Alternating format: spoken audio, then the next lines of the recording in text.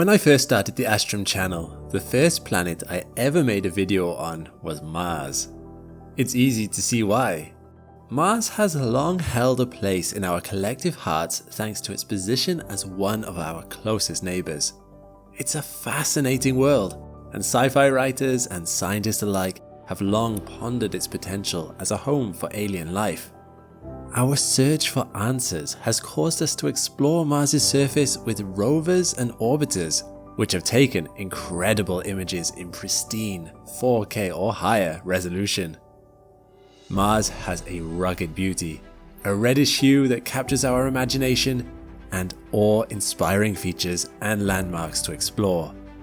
What would it be like to walk on Mars' surface? What would we see? What is there to know about the red planet? I'm Alex McColgan and you're watching Astrum. Come and see some of the captivating 4K images of the planet NASA and plenty of space agencies around the world are racing to get to, as we explore some of the most incredible sides of Mars that you may not have seen before. To begin with, for an alien planet, Mars is not as foreign as you might think. Earth and Mars share a lot of similarities, one being the length of day. The solar day on Mars is only slightly longer than it is on Earth, 24 hours, 39 minutes and 35 seconds. Its year is slightly longer than ours, 1.88 Earth years, or 1 year, 320 days and 80.2 hours. But that's to be expected for a planet that's further from the Sun and so has a larger orbit. Of all the planets in the solar system, the seasons of Mars are the most Earth-like due to the similar tilts of the two planets' rotational axes, 23.5 degrees on Earth and 25 degrees on Mars. So, what does that imply? It means Mars has summers and winters just like Earth does. These temperatures in the different seasons can vary quite a lot, and different locations can widen the range even further. Temperatures can be as low as minus 143 degrees Celsius at the polar winter caps, to as high as 35 degrees Celsius in the equatorial summer. It has polar caps just like we do. During each pole's winter, the pole lies in continuous darkness just like on Earth. However, unlike on Earth, the temperature gets so cold that the atmosphere there freezes into slabs of CO2 ice, which collects on the surface of the permanent polar caps there. These caps themselves are not primarily made of CO2, but instead are made up mostly of water ice. The ice at the poles waxes and wanes. In this short video, you can actually see the differences of the size of the polar cap, from the cap's winter to the cap's summer. One thing I love about Mars are these strange spiral patterns in the ice. Both of the poles show signs of these beautiful spirals, which scientists believe are a result of the Coriolis effect. The CO2 at the poles does not remain there forever. As the CO2 ice on the poles sublimates, it has a knock-on effect on another aspect of the planet, its winds. Sublimation of dry ice can create enormous wind speeds of up to 400 km per hour, which can have a real impact on the dust strewn across Mars' surface, which we'll explore in detail later. While Mars and Earth have their similarities, there are plenty of differences too. Mars is smaller than Earth, 6,779 kilometers in diameter versus 12,742 kilometers, and is also much less dense. This means the gravitational pull at the surface is much weaker than that on Earth. To get a feel of the impact of this reduced gravity, allow me to demonstrate with an example. As you can see, the object does fall slower on Mars than it does on Earth. This is because Mars' gravitational pull is 62% lower than what we feel here. If you weighed 100 kilograms on Earth, you'd only weigh 38 kilograms on Mars. Curiously, this is almost the same gravity as you'd experience on Mercury, even though that planet is smaller than Mars, with a diameter of only 4,879 kilometers. Mars's gravity is only stronger by 1%, which just goes to show how much denser Mercury is by comparison. This allows for some truly amazing geological features, like this one, Olympus Mons, which is the tallest volcano and second tallest mountain in the solar system, only being beaten out by Rhea Silvia Peak on the Vesta asteroid. The fact that it's not the tallest mountain, to me, is a bit of a cheat, as Rhea Silvia has the added advantage of being in the center of a large crater, and measurements of its height tend to start from the bottom of that crater. Regardless, Olympus Mons stands 3 times as tall as Mount Everest's high point above sea level. Where Everest is very jagged and steep, the edifice of Olympus Mons is over 600 kilometers wide. It rises to the equivalent of 22 kilometers above sea level, which would be impossible on Earth as Earth's gravity would pull it down. The only reason a structure like this is standing on Mars is because its gravity is reasonably weak. Olympus Mons is a shield volcano and thus has a very low profile. The average slope is only 5 degrees, which means if you were to stand on the top, you wouldn't be able to see the entire mountain due to the curvature of the planet. Olympus Mons can easily be seen from space. If we look at the topographic map, you can see it quite clearly. To me, this really does look like a giant pimple on the side of the planet. The center of the volcano has some collapsed craters, as you can see, and the outline of the volcano is this giant cliff face, which is up to 8 kilometers high. Another impressive feature of Mars stretches across the side of the planet like a giant scar. It's called Valles Marineris, and every time I look at it, I can't help but be amazed by the sheer scale of it. This giant canyon is 3 times the length of Earth's Grand Canyon and 4 times as deep. But when you look at the planet Mars, one of its most recognizable features is its color. Why is the surface of Mars so red? It all comes down to the large quantities of iron in Mars's surface. Over time, these minerals have reacted with oxygen to create iron oxide, or to put it another way, the planet has slowly rusted, just as iron does here on Earth in certain conditions. This explains the ground and rocks' reddish-brown hue, as you can see in these photos taken by the various NASA rovers on Mars over the years. Images like these really help you feel like you're there on the planet's surface, in a level of resolution and clarity that would have been an impossible pipe dream for astronomers only a century ago. Thanks to missions like Viking 1 and 2, Spirit, Opportunity, and Perseverance, we can see Mars's arid vistas as if they were right before us. Now, after looking at some of these pictures, you might be tempted to think that the red planet is a dead planet, but actually that's far from the case. Mars is very active, and there's lots of things happening on its surface. For example, have a look at this avalanche which happened in 2008 as an orbiter was going past. What was caught on camera was very surprising. Scientists could see a lot of dust had been kicked up by the fallen dirt. What you're looking at here are some dunes which are up to 700 meters tall, and this picture is about 4 miles wide, so you can see that the dust cloud is not exactly small. And here, take a look at this. Did you know that there are spider colonies on Mars?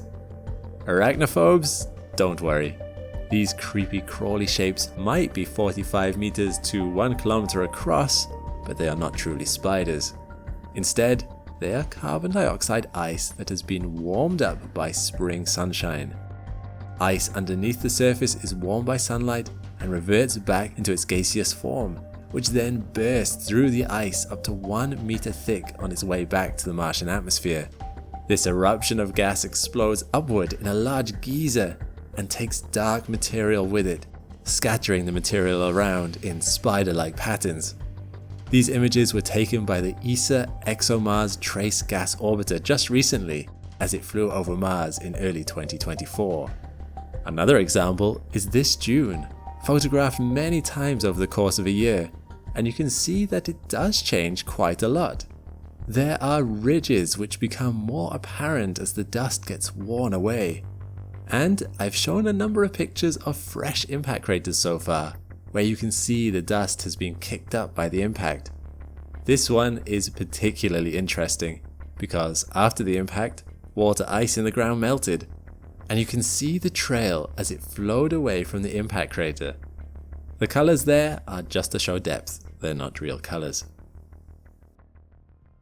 Mars' surface is awe-inspiring to look at, but this is sometimes harder to do than you might think, as Mars is home to huge dust storms.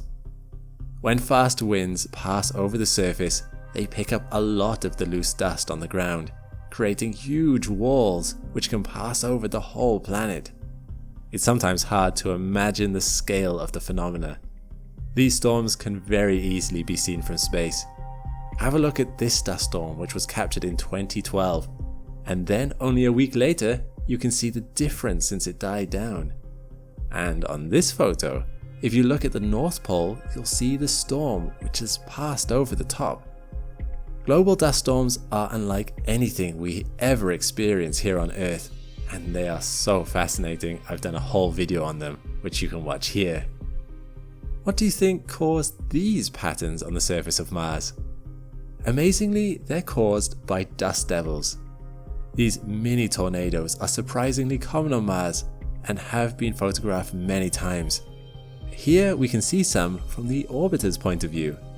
It's estimated that this plume is over 800 meters high and about 30 meters thick, and the shadow of this dust devil is about 2 kilometers across.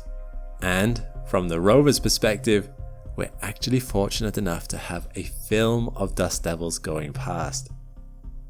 You might think that with all the atmospheric phenomena we've just discussed, that Mars has an atmosphere that's comparable to that on Earth. This is not the case at all.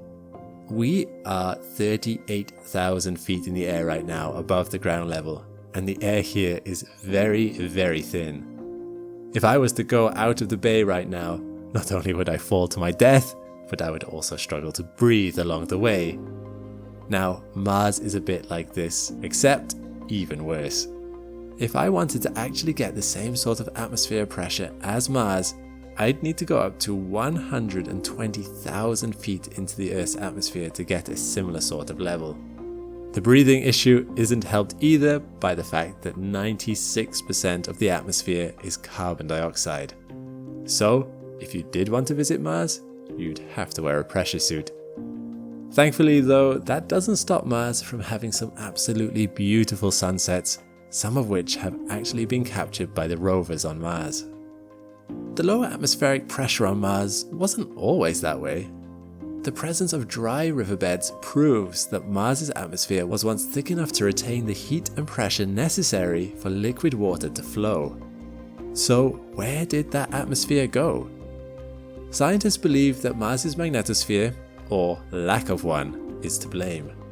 Scientists believe that Mars lost its magnetosphere 4 billion years ago, which allowed solar winds to strip away atoms from the upper atmosphere for all of that time. Some orbiters of Mars have actually detected these ionized atmospheric particles trailing off into space behind Mars. One of the last things I want to focus on today is Mars's moons. Mars has 2 known moons, Phobos and Deimos, which are small and irregularly shaped. Compared to our own moon, they are very small. If you were to look up into the sky on Mars, this is about how big they would be in comparison to what the moon looks like in our sky. While Phobos is the biggest of Mars's moons, even here its apparent size is a little misleading, as Phobos is actually a lot closer to Mars than Earth's moon is to Earth. The moon is 384,400 kilometers from us. Phobos is just 6,000 kilometers from Mars, a little further away than London is to New York. It might be more surprising to you that the moon is so far away from us. You can fit several Earths between the Earth and the Moon, but only one Mars between Mars and Phobos. Deimos, on the other hand, is very small and also very far away. So while Phobos is relatively large in Mars' night sky, Deimos looks like just a star orbiting the planet. I think you'll agree though, they are very pretty moons, even if they are tiny. And I'm not done with them just yet.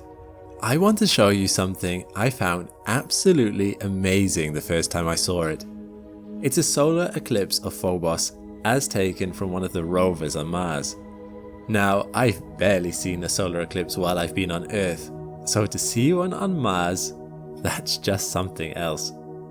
You can see Phobos in all of its irregular glory as it passes by the sun. It's interesting to see the effect it has on the lighting in the area too. Everything goes a bit darker as it goes past.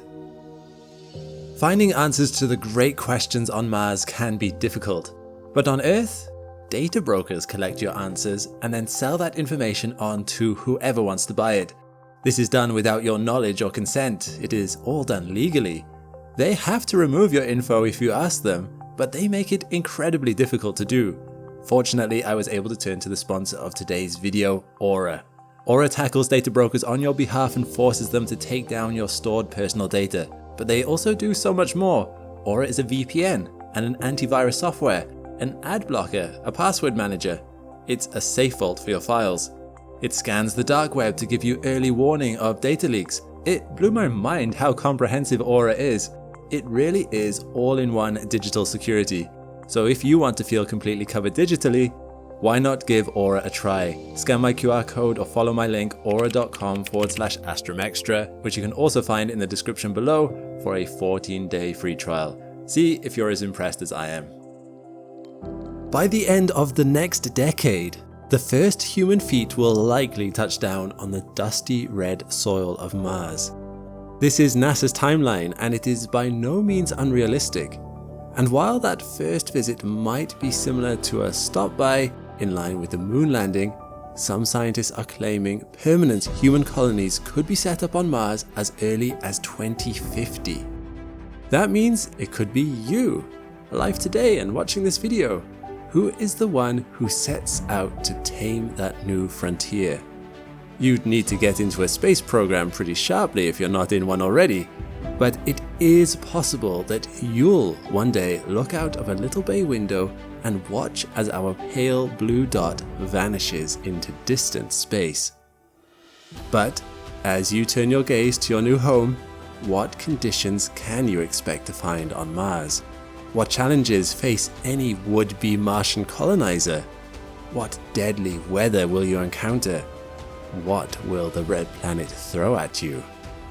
For, unlike our home planet, Mars is a dead world, and anyone hoping to set foot there will need to overcome its daunting challenges with technology that is at the very cutting edge.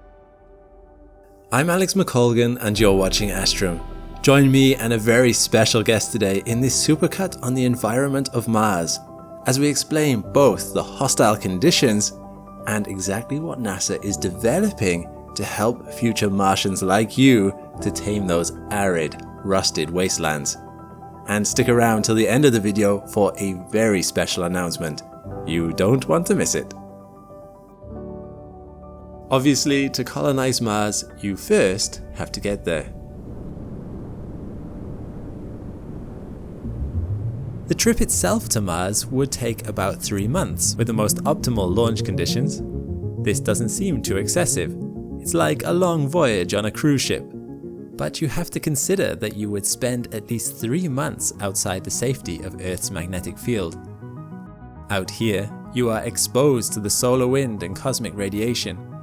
Prolonged exposure to this kind of radiation can cause astronauts to develop cancer and even symptoms of Alzheimer's before they reach Mars. Fortunately, there are some thoughts about how to protect against this. The astronauts could be shielded using materials in the ship's construction that are rich in hydrogen. In fact, the cabin could be surrounded by a water tank in the walls, water being rich in hydrogen.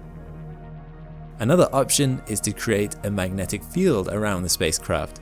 but this requires generating a huge amount of energy from a reactor small enough to fit on the ship, something we don't have the technology to do safely just yet.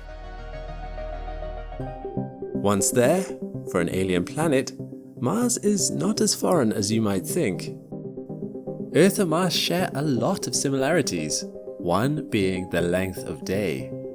The solar day on Mars is only slightly longer than it is on Earth, 24 hours, 39 minutes and 35 seconds. Its year is slightly longer than ours, 1.88 Earth years, or 1 year, 320 days and 80.2 hours. But that's to be expected for a planet that's further from the Sun and so has a larger orbit. Of all the planets in the solar system, the seasons of Mars are the most Earth-like due to the similar tilts of the two planets' rotational axes, 23.5 degrees on Earth and 25 degrees on Mars. So, what does that imply? It means Mars has summers and winters just like Earth does. These temperatures in the different seasons can vary quite a lot, and different locations can widen the range even further. Temperatures can be as low as minus 143 degrees Celsius at the polar winter caps to as high as 35 degrees Celsius in the equatorial summer. It has polar caps just like we do. During each pole's winter, the pole lies in continuous darkness just like on Earth.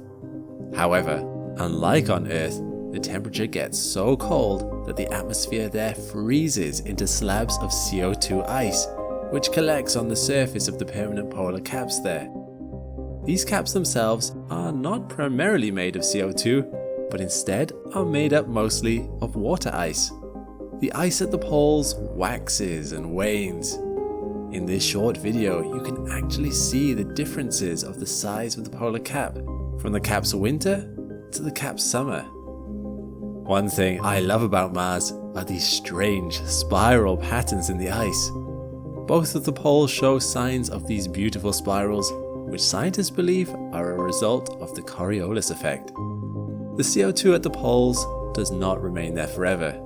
As the CO2 ice on the poles sublimates, it has a knock-on effect on another aspect of the planet, its winds. Sublimation of dry ice can create enormous wind speeds, which causes one of the most unique and terrifying aspects of Martian weather, its dust storms. If you peered across the rusted Martian surface through photos, you would be forgiven for thinking that Mars is a place of stillness. Flat, dusty landscapes seem to stretch out in all directions, with nothing but scatterings of rock and the faint whistling of the wind to keep at bay the almost oppressive solitude. But stay a while on this red world, and you would soon see a towering wall of dust and sand brewing on the horizon. You might think to yourself that this dust storm is similar to those we see on Earth, and have no idea that this storm is about to grow so large its thick dust will swallow up not just a region, not just a continent, but the entire planet. This all-enveloping superstorm arises on Mars usually every 3 Martian years, or about 5.5 Earth years. Its choking dust will blot out light for weeks, even months, and represents a huge challenge to the continued functionality of any technology that we put up there. If humans ever want to settle down on the red planet, it will be a hurdle we have to overcome. Which is a problem, as there is much about the origins of these storms that we still don't know. Mars didn't used to have to deal with planet-sized dust storms. Although Mars is now a barren, arid planet, it once had a thick atmosphere that was warm enough to support the existence of running water. However, over the course of the billions of years of Mars's existence, Mars dried out, and its atmosphere bled away until atmospheric volume was at less than 1% of what we have here on Earth. Those dust storms didn't just start happening because Mars became dry though. Although we don't understand everything about such storms' origins, we assume that a key component is Mars's temperature. With less atmosphere, in spite of Mars's high CO2 levels, Mars became far worse at retaining heat.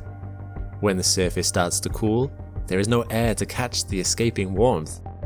It is at the point where, If you were to stand on the planet's equator during its warmest time of the day, your feet might feel 23 degrees Celsius, while at your head, it would be 0 degrees Celsius. As mentioned earlier, this means between day and night, Mars has some intense temperature swings. Temperature differences can cause winds to form, which can bring different weather systems across the planet. However, Mars's arid weather is no longer driven by rain and water cycles, but cycles of dust. Dust plays a surprisingly crucial role on Mars, and without it, those planet-spanning storms would likely never form. The atmosphere might be too thin to capture and transport heat, but the Martian dust, now that's another story. It all begins with that Martian dust getting into the air. There are a few mechanisms that make this happen. One is dust devils, of which Mars experiences thousands every year, usually during the Martian spring and summer. Warm rays from the sun heat the ground, causing the air directly next to it to rise, and cool air from the atmosphere to be drawn down to fill the vacuum. These contrasting winds create rising spirals of air that can end up hundreds of meters wide and 8.5 kilometers tall, although many are much smaller. Regardless of their size, as they meander their way across Mars's all-encompassing deserts, they suck up dust and hurl it up into the atmosphere, creating a haze of slightly darkened skies in their wake. This process is thought to contribute to a miasma of background dust that constantly lingers in Mars's atmosphere. While this is the flashiest way by which dust gets into the atmosphere, it's not the most prevalent. Far more common is the simple influence of wind moving across Mars's dusty surface, and a process known as saltation. Mars's dust is surprisingly difficult to get up into the air. Small particles have a lot of cohesion due to being slightly electrostatic, kind of like packing peanuts, so that they stick together, which means they need a certain amount of momentum to get them going.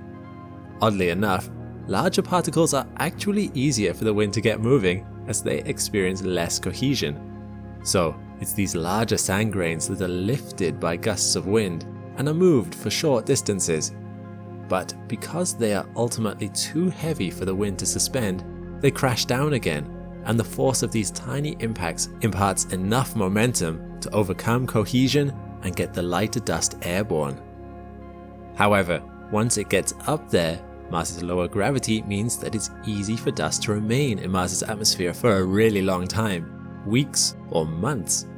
And this is enough to start driving the formation of storms. Because, unlike the thin air around them, particles of dust are really good at collecting heat from the sun. As the sun warms dust in the atmosphere, they act like little radiators, slowly releasing the gathered heat into the air around them where previously the warmth would have passed through the ground below. This makes the atmosphere nearby much warmer. Warm air rises, but now it begins doing so on a much larger scale than when forming the dust devils earlier. Wind has to be drawn in from the sides of the rising air mass, but this only adds more fuel to the fire. More wind means more saltation, and more dust being thrown into the atmosphere, and more opportunity for the atmosphere to warm. Eventually, this out-of-control process ramps up into a regional dust storm. The good news is that on a local scale, a dust storm on Mars is not very dangerous in and of itself.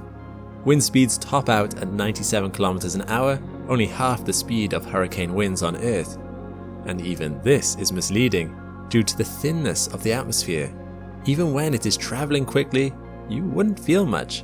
In the same way, a single person has less pushing power than a whole crowd. Despite what you might see in some science fiction stories based on Mars, dust storms are not powerful enough to push over spacecraft or break satellite dishes. But that is not to say they can't cause problems. Consider the case of NASA's Opportunity rover. On the 28th of June 2007, or 1,200 sols into the mission, Opportunity prepared itself for its descent into Victoria Crater.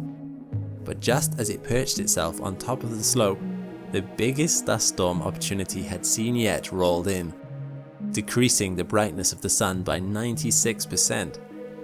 That's not quite as bad as it sounds, as the dust also scattered some of the sunlight towards the rover too, meaning it was generating 128 watts on the darkest day compared to its usual 700 watts on a clear day.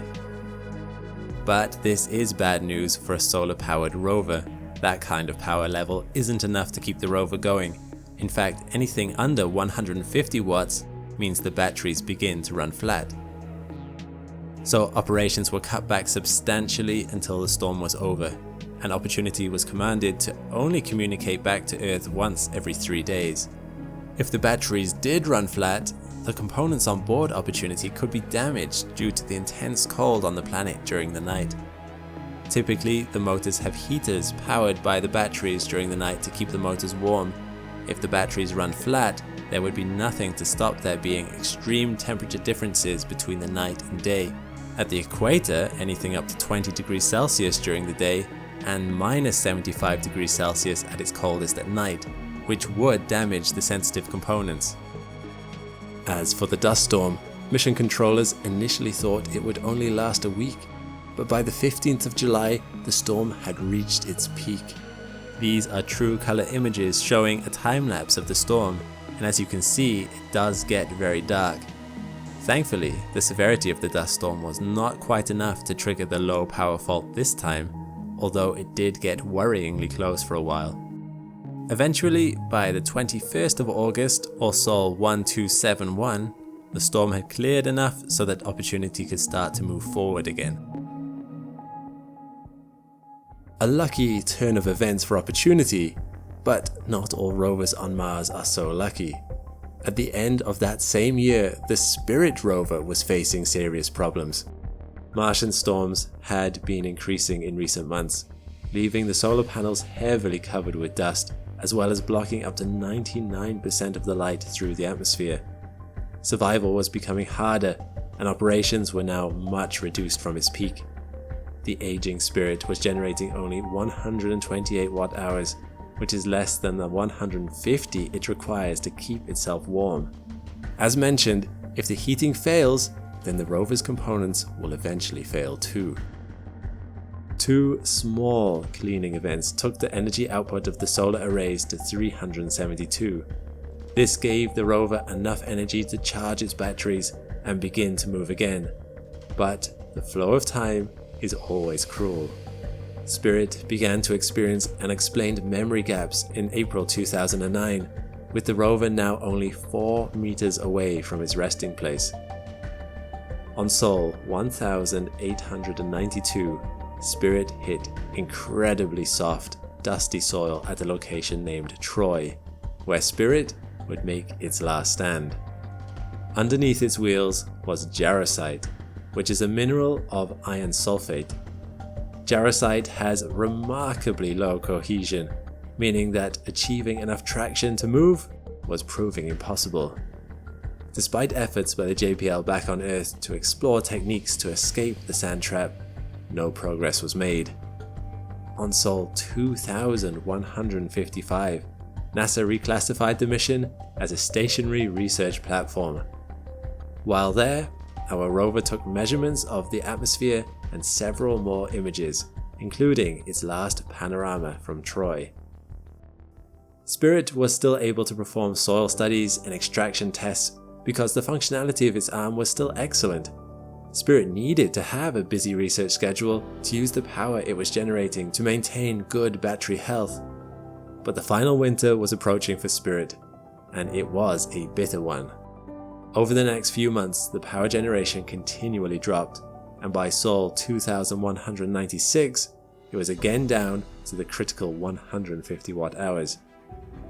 Sometime on Sol 2208, it is believed Spirit suffered a low power fault. The Spirit rover went quiet for good. So, it's very bad news for any Martian rover that relies on solar power to function if a dust storm filled with slightly sticky electrostatic dust particles suddenly passes overhead. Gradually, dust deposited from such storms is enough to block sunlight from reaching a rover's solar panels, which has spelled the end of more than one mission from Earth. But the problems magnify when you start scaling such storms to larger and larger sizes. Mars does not have a perfectly circular orbit. Every year, around the Martian southern hemisphere's spring and summer, the planet is at its closest to the Sun and, as a whole, is warmest. For reasons we don't fully understand, during this time of year, regional dust storms start merging into a superstorm the size of a continent. It's of course possible that several storms just happened to be forming anyway and they started to merge just by proximity. Although their regularity makes it seem like coincidence is insufficient an explanation. After all, these happen yearly, like clockwork, once the temperature gets warm enough. Those are just the continent-sized ones. Scientists of yet do not have an explanation for the stage above that, the planet-sized storms. These occur once every 3 Martian years, which seems like a short enough timescale that you can rule out Milankovitch cycles as their origin. Those normally work on timescales of thousands to hundreds of thousands of years. Perhaps there is some aspect to the dust cycle that needs to restock, and it takes 3 Martian years, or around 5.5 Earth ones, to do so. We don't really know. While most dust storms on Mars last only a few days, these apex of storms can last for weeks. The impact of these storms can be profound for any human technology around the planet. Scientists can measure the availability of sunlight on Mars using aerosol optical depth, or AOD, to check how much sunlight is being absorbed or reflected by pollutants in the air. The AOD on Mars is usually around 0.5. For context, an AOD of less than 2 is needed before rovers like Opportunity or landers like InSight can charge their onboard batteries. The thick smoke caused by a wildfire on Earth that starts to turn day into night is an AOD of 7. These planet-sized dust storms hit AOD of 9 to 11. They represent a near total blockage of light. In 2018, a storm of this variety killed the Opportunity rover by swamping its solar panels and forcing it into hibernation mode. Without power running through its onboard heaters, the wildly oscillating day-night temperatures caused something critical to break in the rover, and it never woke up. These storms are a problem for other rovers too, even ones with onboard nuclear batteries like Curiosity. The clouds are thick enough to block communication to and from the surface, meaning scientists have little choice but to wait them out. But that's not all. Even satellites can be affected by these storms. The colossal amounts of warming dust in the air causes the entire atmosphere to expand, bringing some of it into the orbital paths of satellites. They have to burn precious fuel, making course corrections to ensure the atmospheric drag doesn't bring them crashing down out of the Martian sky. If you were a human hoping to settle on Mars, you'd need to find a way to overcome these issues. Solar-powered settlements would not survive such storms without another source of power, and humans don't do well at such freezing temperatures. Losing the ability to contact our satellites could also leave us isolated and vulnerable for those few weeks. People would need to have a certain degree of self-sufficiency, as if anything were to go wrong while a storm was blowing, you wouldn't be able to call for help. Still, in time, these storms prove to be their own destruction. Blocking so much light eventually means that the surface stops getting warmed enough to create the upswelling winds that lifts the dust into the air in the first place. Without more rising dust, these storms starve themselves and peter out. Do you want to know what the wind on Mars sounds like? You don't have to imagine it. In 2018, the InSight lander recorded the sound of Mars's wind using its onboard seismometer, which had not yet been deployed to the ground to detect Marsquake vibrations. This is what it sounds like, although I should note that you will probably either need a subwoofer or headphones to hear this.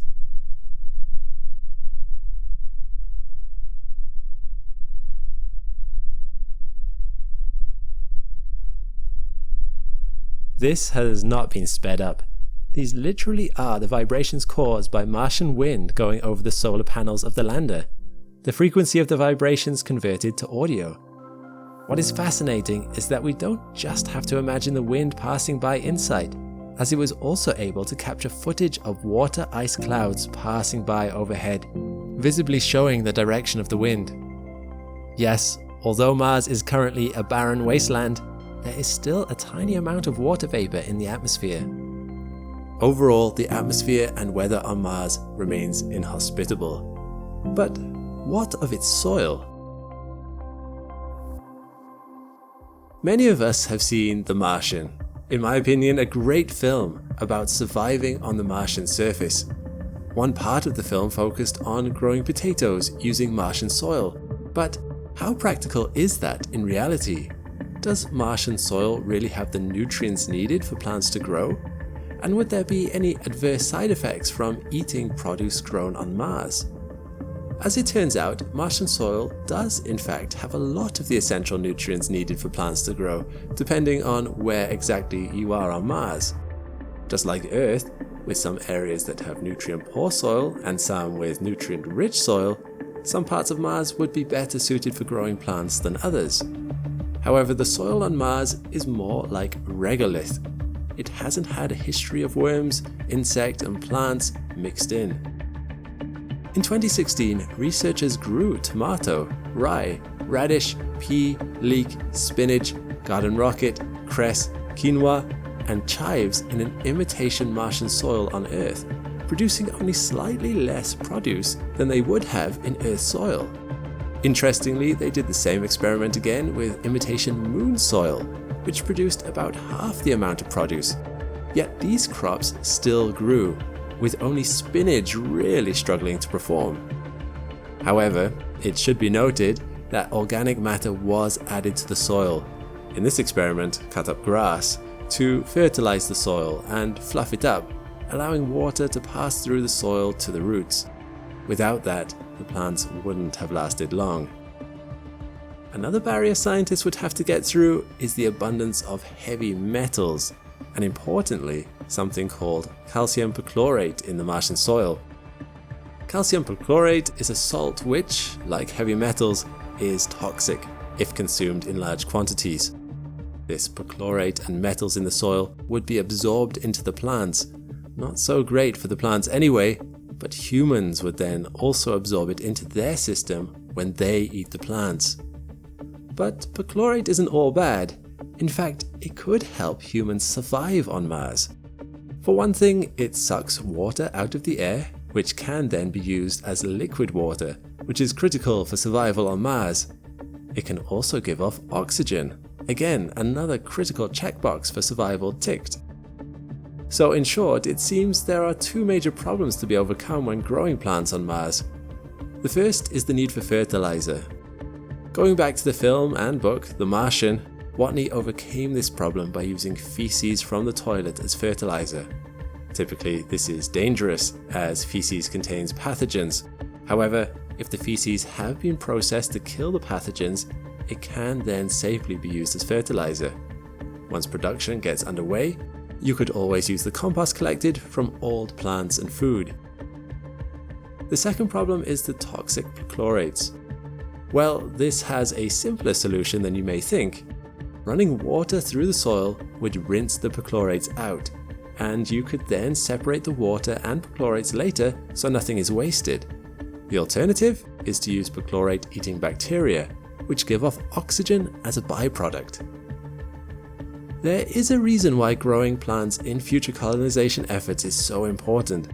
Not only does it make the colony self-sufficient, but there is also evidence that fresh foods, such as tomatoes, blueberries, and red lettuce, are a good source of antioxidants.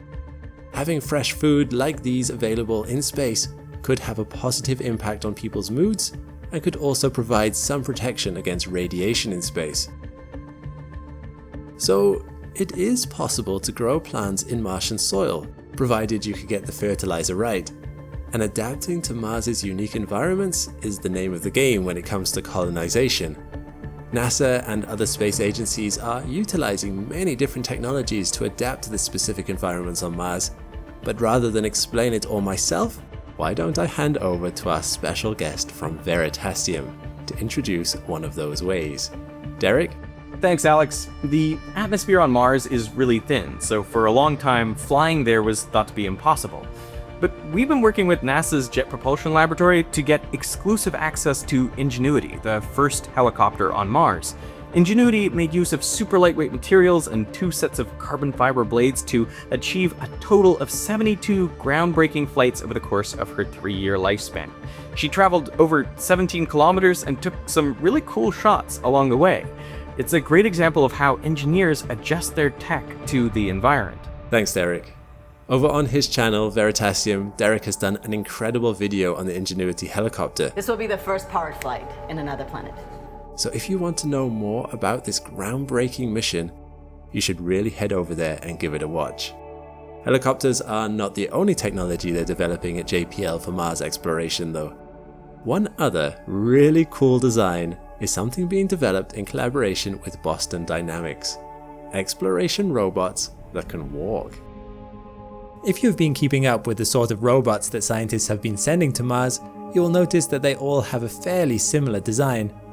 Spirit, Opportunity, Curiosity, Perseverance, even the Chuorong rover deployed on Mars by China are 6-wheeled rovers with large bodies, some over 2 meters tall, carrying various kinds of scientific equipment and cameras. This is because form follows function.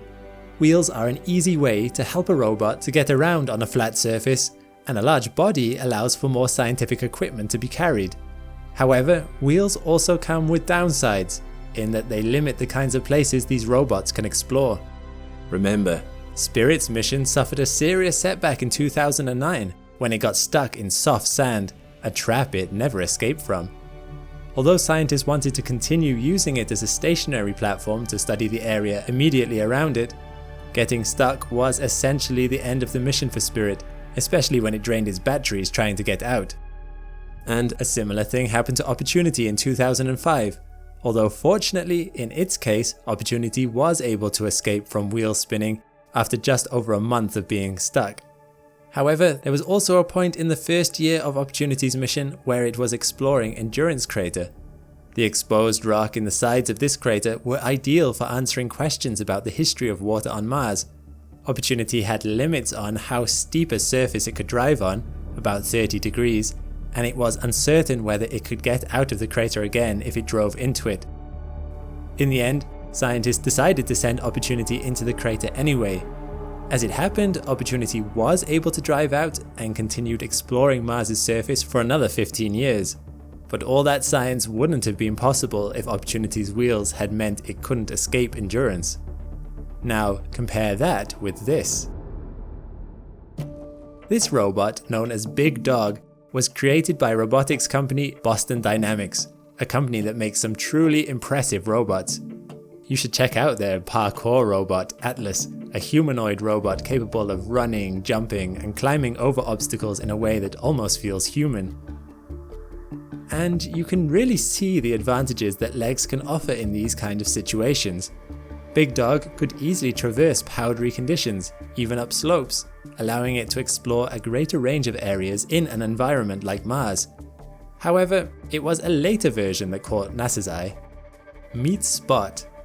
Spot is a walking robot originally designed for tasks on Earth, such as data collection and mapping spaces for industry, or going into dangerous areas that humans can't enter, such as in areas that are heavily irradiated. It's able to carry weights of up to 14 kilograms and can perform repetitive tasks and walk upstairs, over gravel and other uneven surfaces. It comes with cameras that can see all around it, mapping the space. If it falls over, it can self-right itself even from being completely upside down. Unlike the rovers on Mars, which have top speeds of about 0.2 kilometers per hour, Spot can travel at around 5.8 kilometers per hour. But the cleverest part about it is its intelligent AI.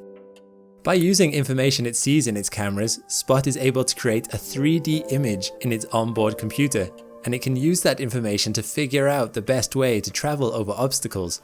You don't necessarily control it, Instead, you tell it where you want to go, and it figures out for itself the best way to get there, actively avoiding obstacles if they present themselves. If it does start to fall, it can figure out what it needs to do to stop falling, and moves its legs to arrest its fall in a way that almost feels alive.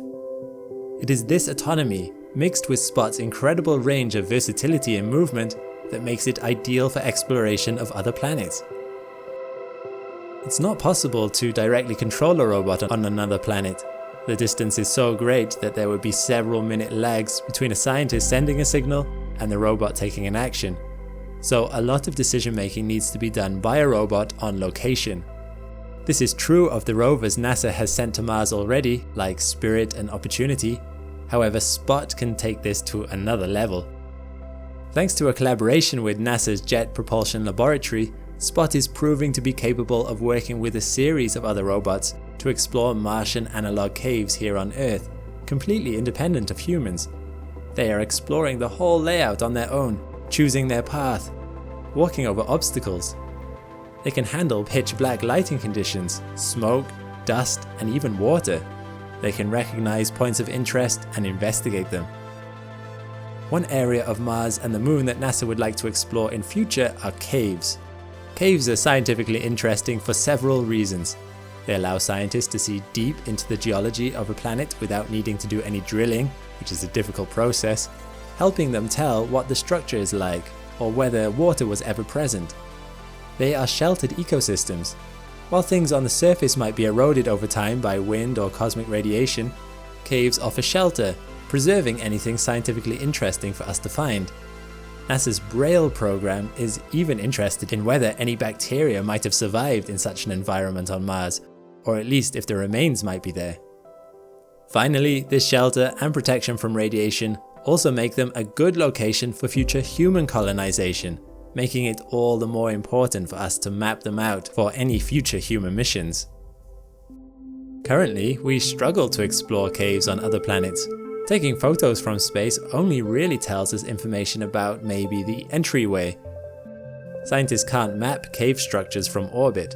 Rovers like Opportunity would struggle to explore such a cave, as the ground would probably not be very flat. The passageway might become too narrow for a 2-meter wide robot, and the terrain would be uncertain.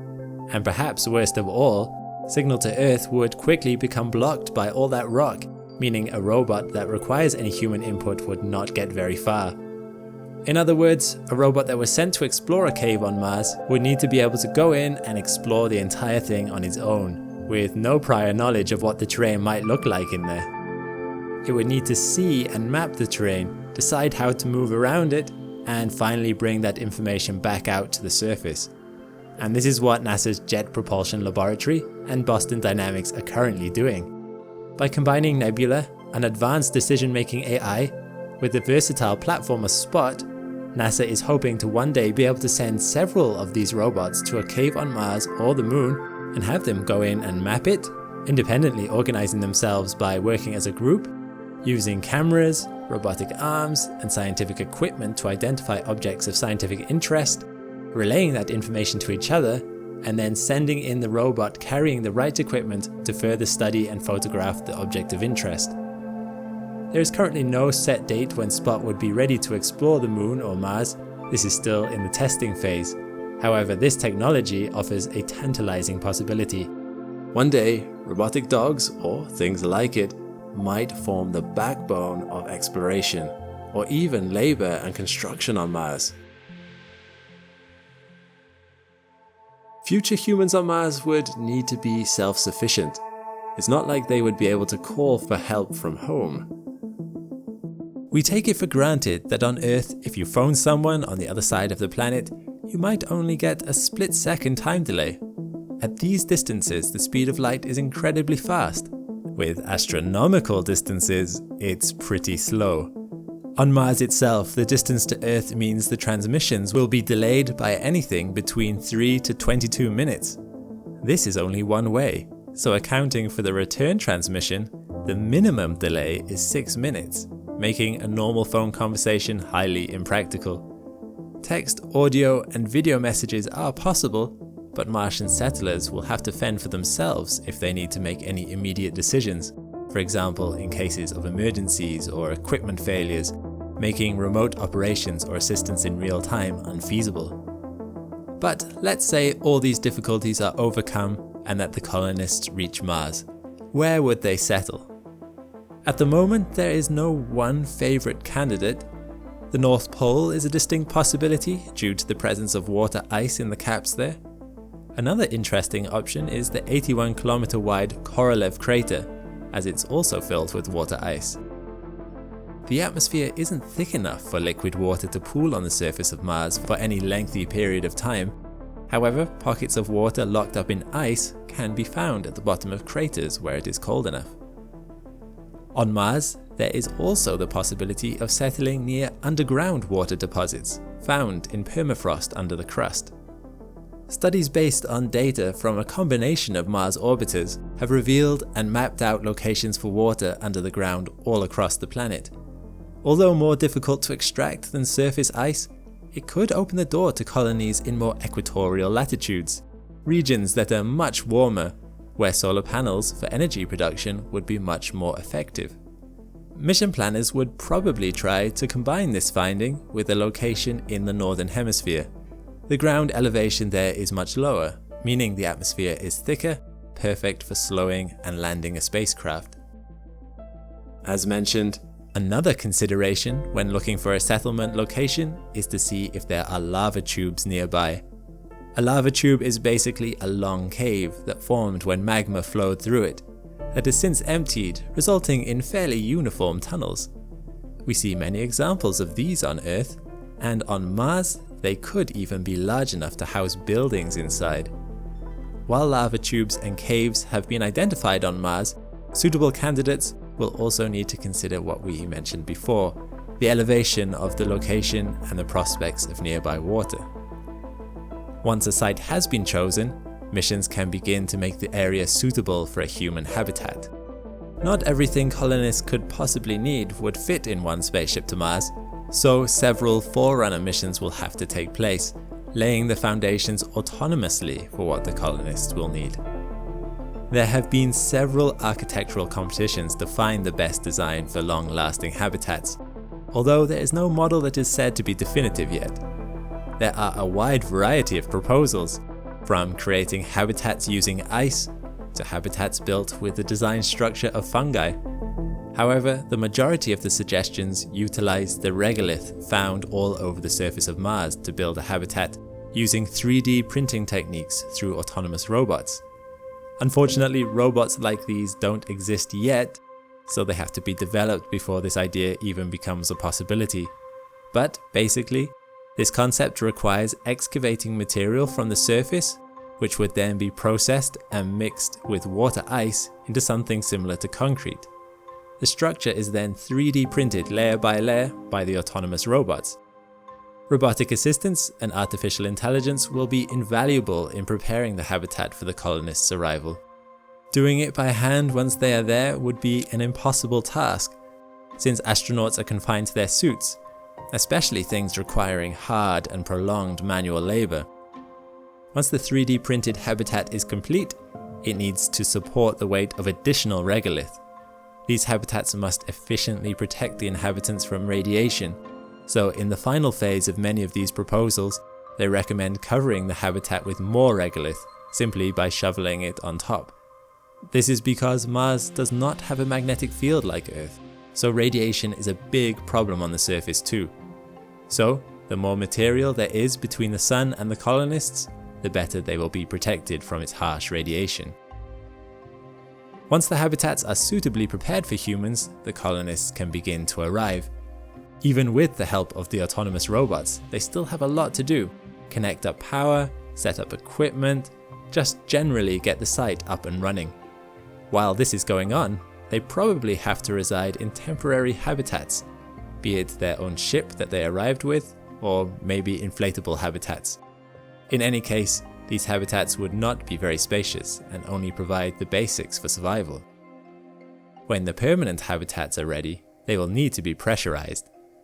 One method for creating breathable air is acquiring oxygen through electrolysis, and then mix it with nitrogen. Electrolysis has the added benefit of generating hydrogen, which can then be refined into hydrazine as fuel. Once generated, this pressurized environment can easily be sustained through air recycling systems, something that is already being used by the International Space Station. Another method to get oxygen is from the carbon dioxide already in the atmosphere. That's why the Perseverance rover also incorporates the MOXIE module, which is an experiment to see if this is possible.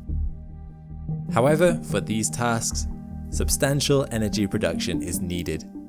One obvious source of energy is solar panels. On Mars, however, solar production is only about 40% of what you would get with the same solar panels on Earth, because Mars is further away from the Sun and receives less light.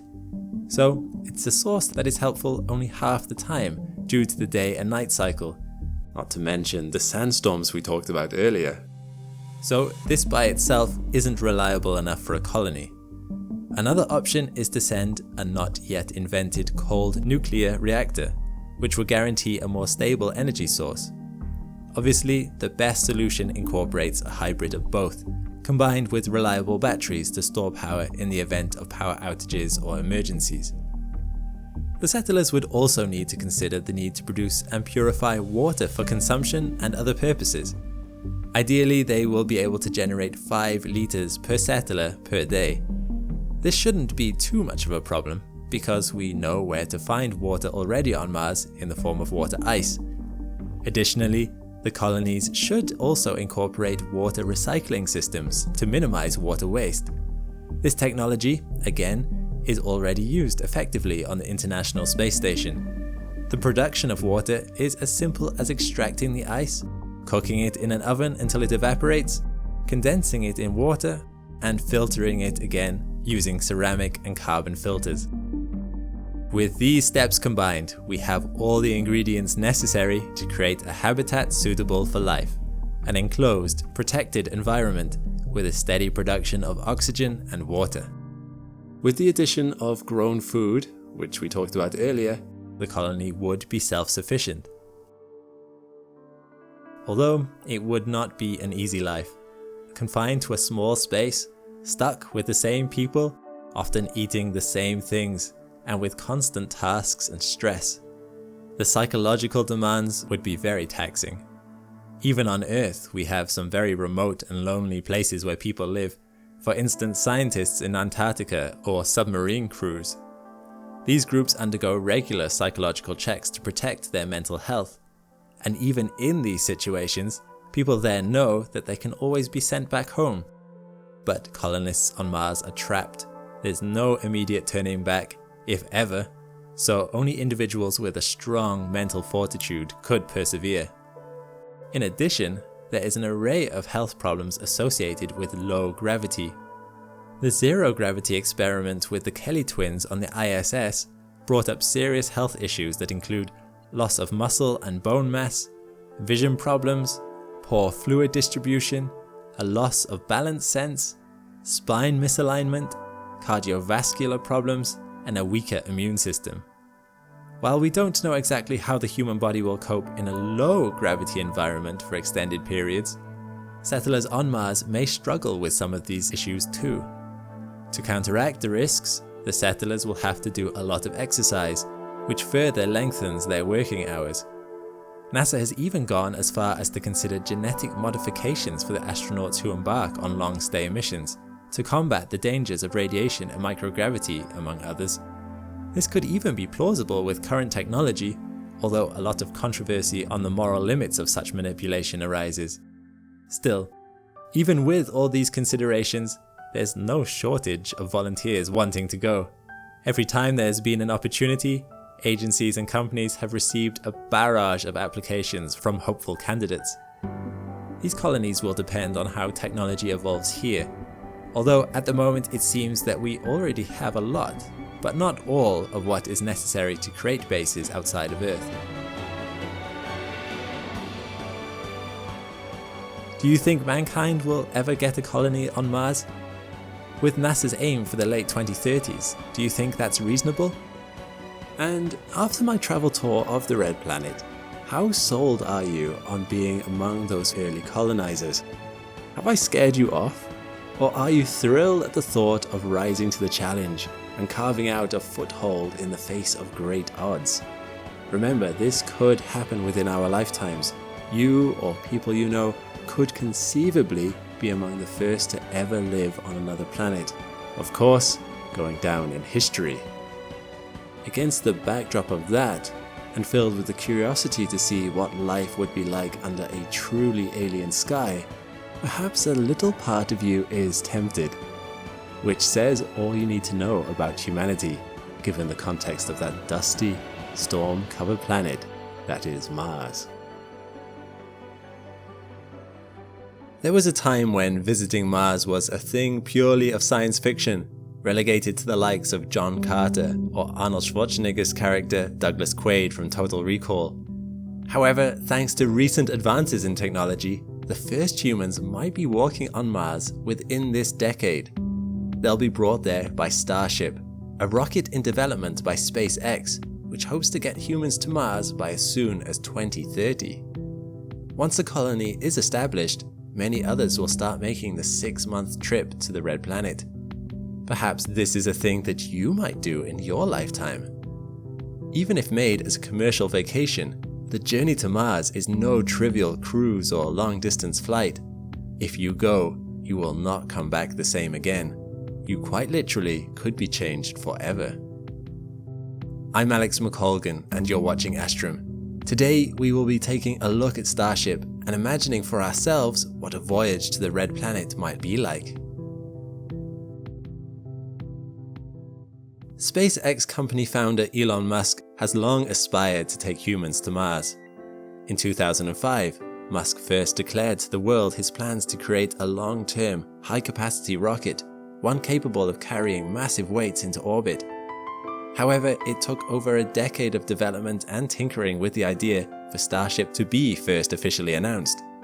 Starship is a super heavy lift-launch vehicle made to deliver 100 metric tons to low Earth orbit and beyond.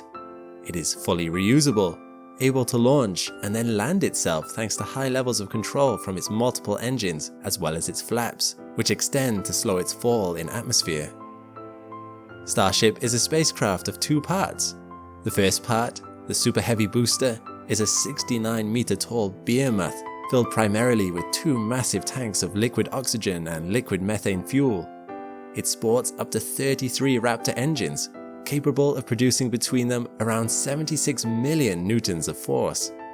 The Starship spacecraft, which is the second stage, sits on top of its Super Heavy booster. It's 50 meters long, with a diameter of 9 meters, and is equipped with a distinctive shiny exterior. This shine is important. Starship is not made from the usual carbon fiber, which is a material you might expect in a rocket, but instead a version of stainless steel, a similar material to what you might find in your knife and fork. Stainless steel is a surprisingly useful building material for rockets, it turns out.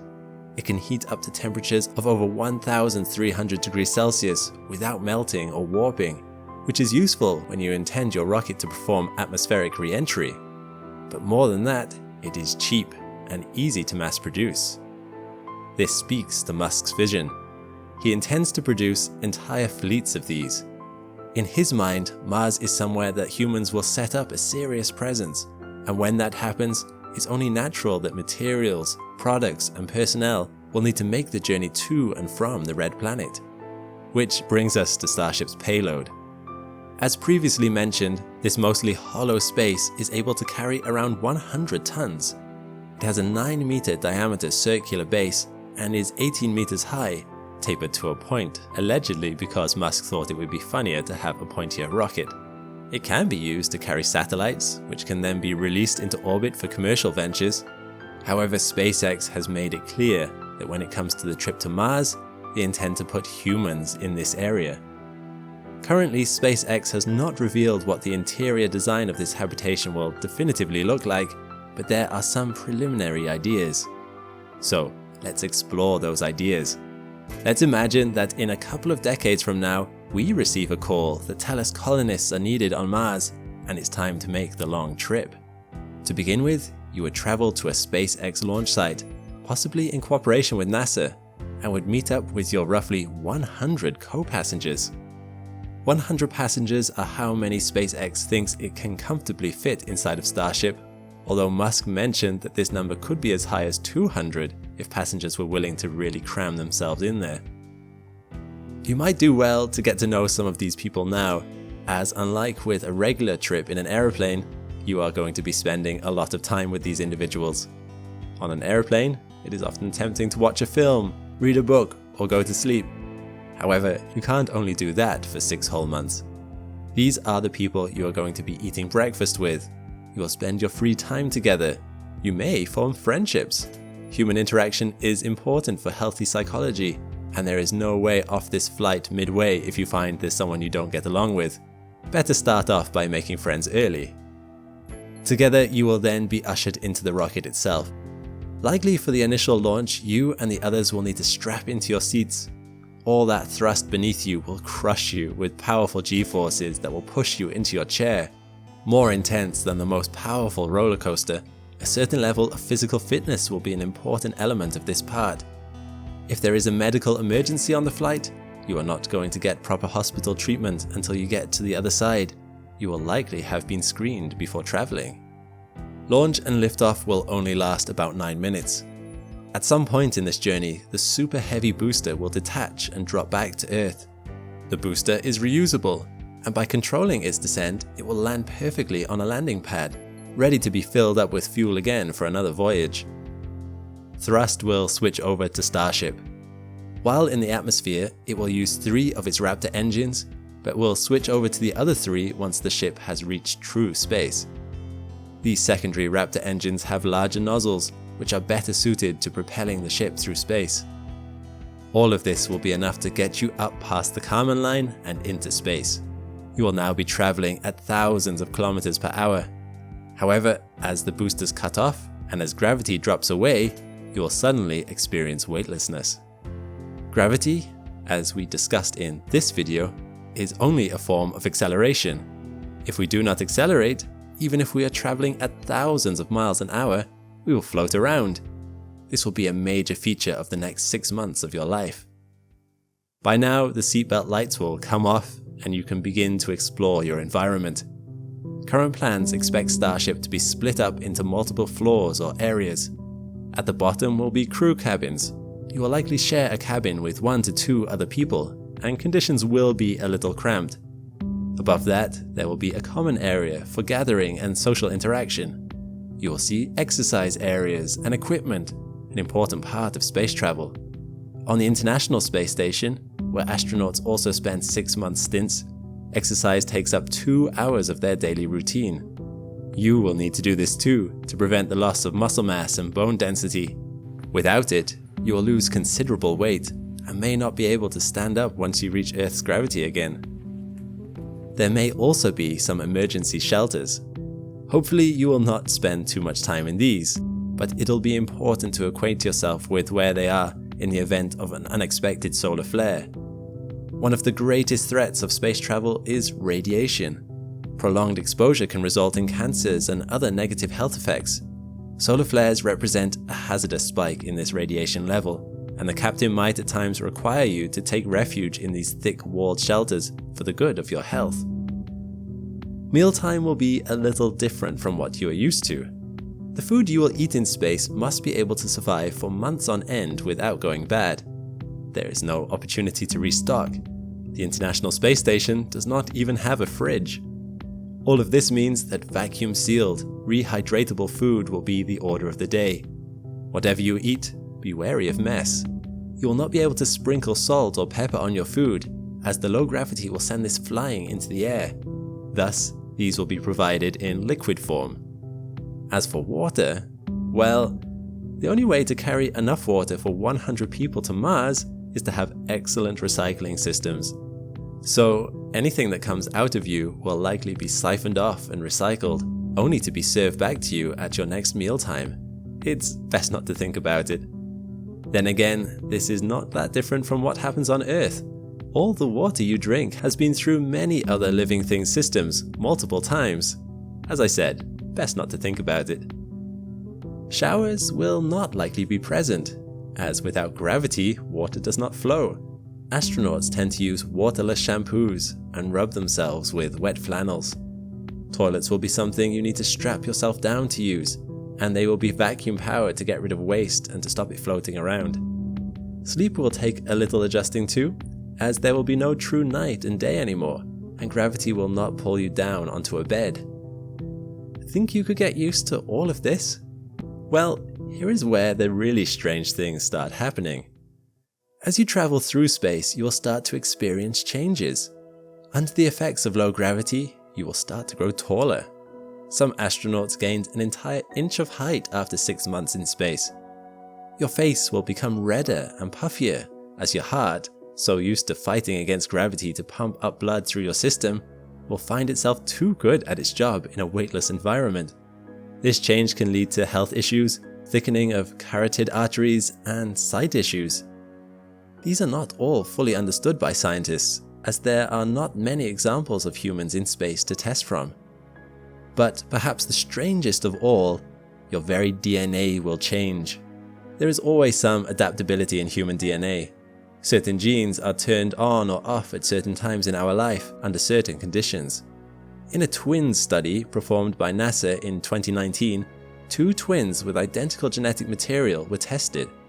One was sent up to space for 6 months, the other remained on Earth. When the 2 reunited and were tested again, it was found that the astronaut twins' DNA had changed in how it was expressing itself, creating differences between him and his brother. There were shortened telomeres, weakening of the immune system, and issues with bone formation. It's worth noting, upon arriving back on Earth, most of these changes in genetic expression reverted back to normal after 6 months. However, 9% of them did not. In ways we do not fully understand yet, spending time in space changes you, most likely because of the radiation the astronaut experienced. So, eventually you will arrive at Mars. Starship will fall at an angle and will use its flaps to shed an incredible 99% of its kinetic energy aerodynamically, traveling in a long arc through the atmosphere before eventually bringing you to the planet's surface. You will step out into the biodomes and sniff the manufactured Martian air. Starship will be checked over and then refueled using oxygen and methane extracted from Mars itself. As for you, you will have plenty of time to ponder. All journeys change us, but yours may be the one that you can never change back from. The you that left Earth will never truly return home. But then, perhaps that's just how it always is. Contact has been lost with Opportunity since the 12th of June 2018. This pioneering rover survived an incredible 15 years on Mars's harsh surface, when finally a global dust storm blocked the sunlight from hitting its solar panels for several months. This video is a recap of Opportunity's entire mission, from its first landing to the final dust storm, with all the challenges it overcame and discoveries it made along the way. By the end of this video, I think you'll agree with me that it was a remarkable mission and that it contributed a huge amount to our knowledge of the Red Planet. And it's this knowledge that has paved the way for the missions we are seeing today, like Perseverance. It answered questions like, did Mars once have a more substantial atmosphere? Did it have huge bodies of liquid water on its surface? And was it once more like Earth? And if so, what changed? I'm Alex McColgan and you're watching Astrum, and together we will follow the record-breaking journey Opportunity took on Mars. Let's start right at the beginning. Having launched on a Delta II heavy spacecraft, Opportunity landed on the other side of Mars from its sister rover Spirit, about 3 weeks after Spirit had already landed. Opportunity used a parachute to slow itself on its descent, and fired some rockets just before it landed. The effects of the rocket firing are evident from this lighter patch of ground, as seen by the Mars Global Surveyor.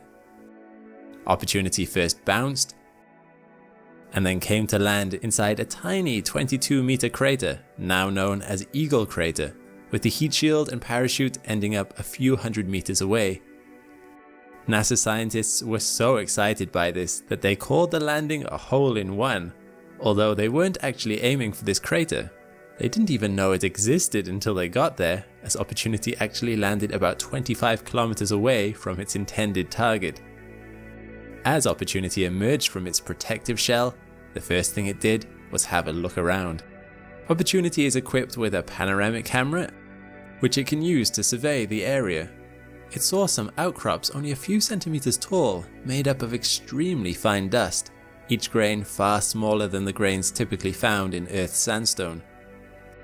Opportunity and Spirit were primarily on Mars for its geology, the end goal being to see if Mars was ever a place that was conducive to life. The way that they did that was by looking at rocks for evidence of water, thus giving scientists an idea of what Mars might have been like millions of years ago, as rocks contain clues about their history. Opportunity explored the outcrop closely over the course of the next few weeks, already discovering evidence that in the past some kind of moving current had made the bedrock dip, although it wasn't clear if it was water that had done this, or volcanic flow, or wind. You can see this in this image, as the thin rock layers are not parallel to each other. On Sol 30, or Opportunity's 30th Martian day on its surface, it got close to the outcrop and used its rock abrasion tool to drill into a section of the rock face. As it did so, it found something known to geologists as vugs, or voids in the rock, the result of crystals having been eroded away. The rock also contained hydroxide ions, meaning water was likely present when the rock formed. Next up for Opportunity was to dig a trench in the soil for further analysis. It did this by digging its front wheels into the soil while the back 4 wheels held it in place. After some shuffling about for 22 minutes, it had made the trench 50 centimeters long and 10 centimeters deep. Under the top layer of soil were some things it had not seen before, including shiny little pebbles and grains so small this microscopic image can't even distinguish between them. Over the course of the next few Martian weeks, having discovered everything it needed to, Opportunity powered out of the crater at an average speed of 1 centimeter per second, and headed towards the next biggest crater in the vicinity, Endurance Crater, which is about 200 meters wide. On its way, it passed by this tiny little crater called Fram. It took a photo, but didn't stop for long. On Sol 84, it reached the edge and had a look inside.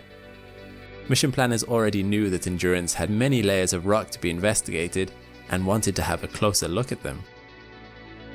Opportunity circled around the crater, looking for a good entry point, as getting in wouldn't be a problem, but getting out might.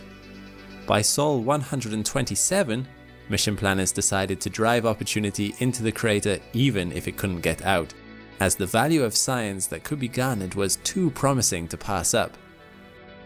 So, on Sol 131, it carefully edged its way over the ridge of the crater and tried to reverse back to see if it could. Luckily, the angle of the rim was only 18 degrees, well within Opportunity's known safety margin, so the excursion into the crater began in earnest. Opportunity went on to spend 180 sols in the crater. It explored an area called Karatepe, where it saw various layers in the bedrock. It went near to, but not into, some sand dunes, as mission planners didn't want it to get stuck. It saw some wispy clouds similar to Earth's cirrus clouds. And lastly, it went to a cliff face called Burns Cliff, an impressive looking cliff face with various layers separated by broken up rocks and dust. It finally left Endurance on Sol 315. During the time there, the data collected by Opportunity meant that scientists were able to confirm that water didn't just cover this area once, but it was in fact episodic in nature, with floods that would have washed across this landscape before drying up again. At any rate, the water here would have never been that deep. After that substantial discovery, the next stop on its adventure was to investigate its own heat shield. On the way, it came across a rock that was later confirmed to be a meteorite named Heat Shield Rock. It was the first meteorite to be identified on another planet. Opportunity then set a course for Erebus Crater. It pressed ahead through a region called the Etched Terrain to search for more bedrock.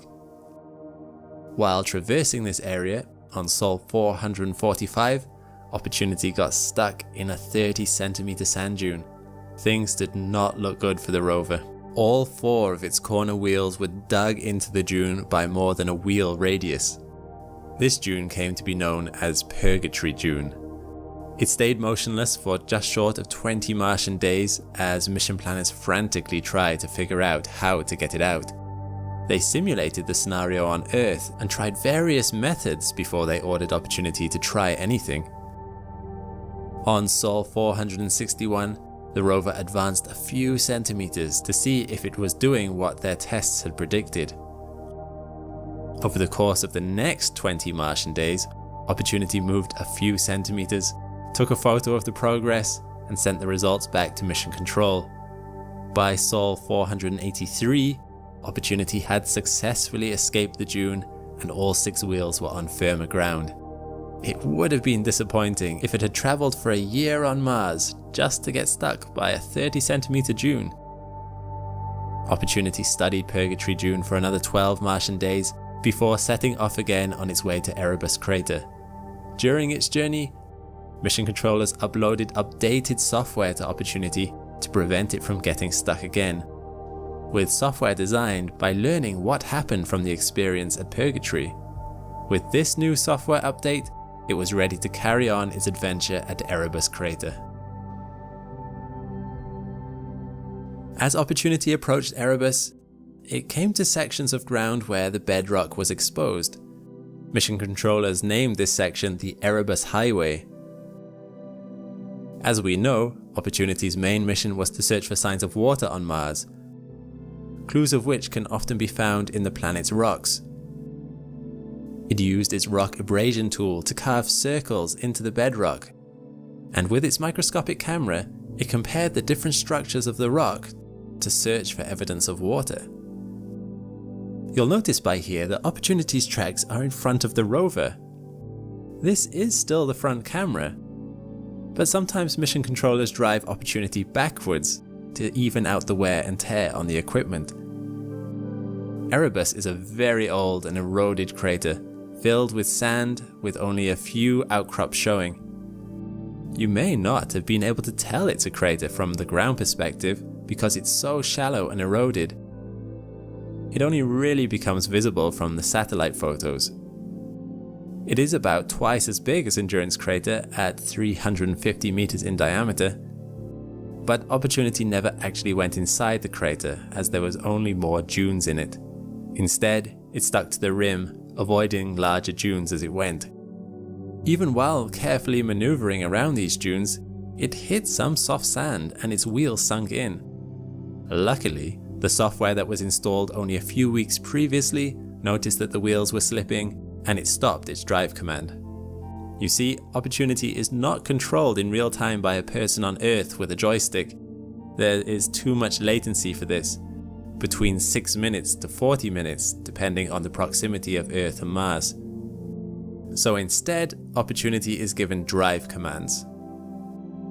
Using these same navigational images you see here, and comparing it with satellite-based imagery, mission controllers command Opportunity to drive forward a certain distance, where it will then take a new photo to show its progress. The software that prevented Opportunity from getting stuck meant that mission controllers could get the rover to reverse out without another several-week delay. During Opportunity's time there, it collaborated with ESA's Mars Express orbiter. The Mars Express images the surface of Mars from orbit to search for different types of materials.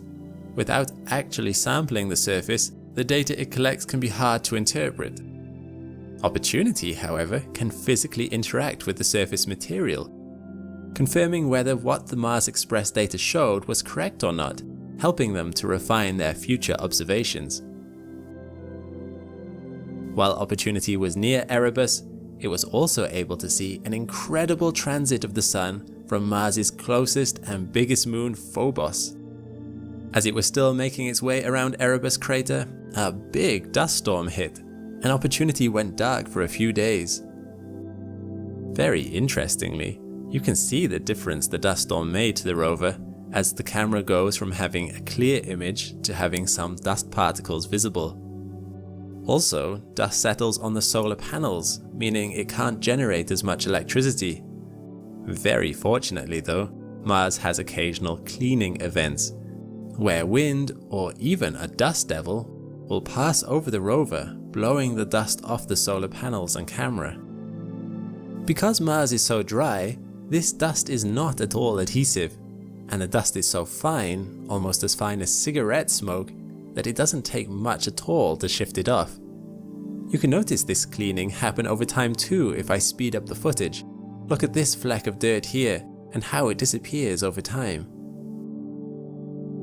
Opportunity doesn't have a means of clearing this dust off by itself, so it has always relied on these cleaning events happening, which, thankfully over the course of the 15-year mission, they did. Sadly, however, during the time at Erebus, Opportunity encountered its first mechanical fault. Its arm was getting stuck all the time, as you can see here. There was a broken wire, although the motor still worked if it was given more power. After careful deliberation, engineers decided the best thing to do would be to only stow the arm away while traveling long distances. Over short distances, it would be kept in a hover stow. This replica is being used to test how it can travel with the arm out in this hover stow position, where the arm is out but it bends back at the elbow towards the rover. They thought it would be better to have the arm stuck while it was out rather than to try and stow it away to find it could never be used again. At least it would be somewhat functional like this. Over the course of the mission, up until this point, it was also encountering a problem with a heater for a motor in the arm that wouldn't turn off. Engineers managed to get away with switching it off with a T-stat switch, meaning a thermometer switch would cut power to the heater if the motor got too hot. But as Martian winter drew near, there would be less sunlight. There wasn't enough power to have the heater on all night. They fixed this by completely disconnecting the batteries at night. This led to another problem, where there would be very big swings in temperature between day and night, meaning the motor would likely wear out faster. At this point in the mission, this motor stalled altogether. Engineers temporarily fixed it by applying more current through the motor, although as a precautionary measure, they stowed the arm outside the rover at night in case the motor permanently stalled. You'll start to notice this in the camera view from now on. By February 2006, or Sol 744, Opportunity visited its last site around Erebus crater called the Payson Outcrop. This outcrop of fine layers shows a diverse range of primary and secondary sedimentary textures formed billions of years ago. The structures that were observed here were likely caused between a mix of wind and water processes. By Sol 766, Opportunity had left the rim of Erebus and was on its way to the biggest and most impressive crater yet, Victoria. It journeyed through large ripple sand dunes, a type of dune we don't have on Earth. However, Opportunity tried to stick to paths of exposed bedrock, as these are much easier to traverse, and it can stop and investigate along the way. These cobble fields are a bit of a mystery, as we are unsure how they formed like this. On Sol 833, Opportunity almost got stuck again. Previously, mission controllers were thrilled by the meters of progress per day Opportunity had been making towards Victoria, but in this sequence, it took 4 days to get out of this dune, which they named Jammerbugt, a Danish term for the Bay of Wailing. Nearly 200 Martian days after it left Erebus, it arrived at Victoria. And what it saw was amazing. High ridge walls, a steep slope in, and beautiful sand dunes in the center. It had already overcome so many obstacles, and this sight was the reward at the end. So, what was so interesting about Victoria Crater? Was it able to provide any valuable information about Mars that Opportunity hadn't picked up anywhere else? Victoria was always going to be an important landmark for Opportunity to reach. Although few thought Opportunity would last the 7-kilometer journey from its initial landing site, at this point Opportunity had lasted more than 10 times longer than its original design lifespan. Victoria is the biggest crater Opportunity had visited yet, being 730 meters wide. It was also the deepest, meaning ancient bedrock outcrops along the walls of the crater were exposed to the surface. Exposed bedrock contains the clues to Mars's past that Opportunity was looking for. Also, as you can see, Victoria made for an impressive sight, especially in contrast to this otherwise flat plain that Opportunity had landed in. In preparation for this new exploration site, mission controllers uploaded new software to the rover, which would enable it to decide whether to send back an image or to extend its arm in preparation to sample an interesting rock outcrop, and even improve the intelligence of the rover to detect obstacles it should avoid and to make its own path around them. Who would have had to have gone through hundreds of images and wait through painful latency delay for commands to be sent to the rover. At its furthest point, the latency between Earth and Mars can be upwards of 40 minutes. This is one of the reasons why it took 3 years to only travel 7 kilometers up until this point. To test this new software update, mission controllers had Opportunity drive towards a patch of rubble, and settings were adjusted to make Opportunity think that this rubble was a no-go zone. In reality, the biggest of these rocks is only 10 centimeters tall, meaning Opportunity could have easily driven over it. But they didn't want to test the systems on something that could actually damage the rover if it went wrong, so they chose these rocks instead. As you can see, the rover adjusted its course around the dangerous area and took this panorama so mission controllers could see how the rover responded to the new program. Opportunity began to circle the outskirts of the crater, imaging it as it went. It came across a few cliffs or capes along the way, imaging them with a very clever technique called a super resolution mosaic.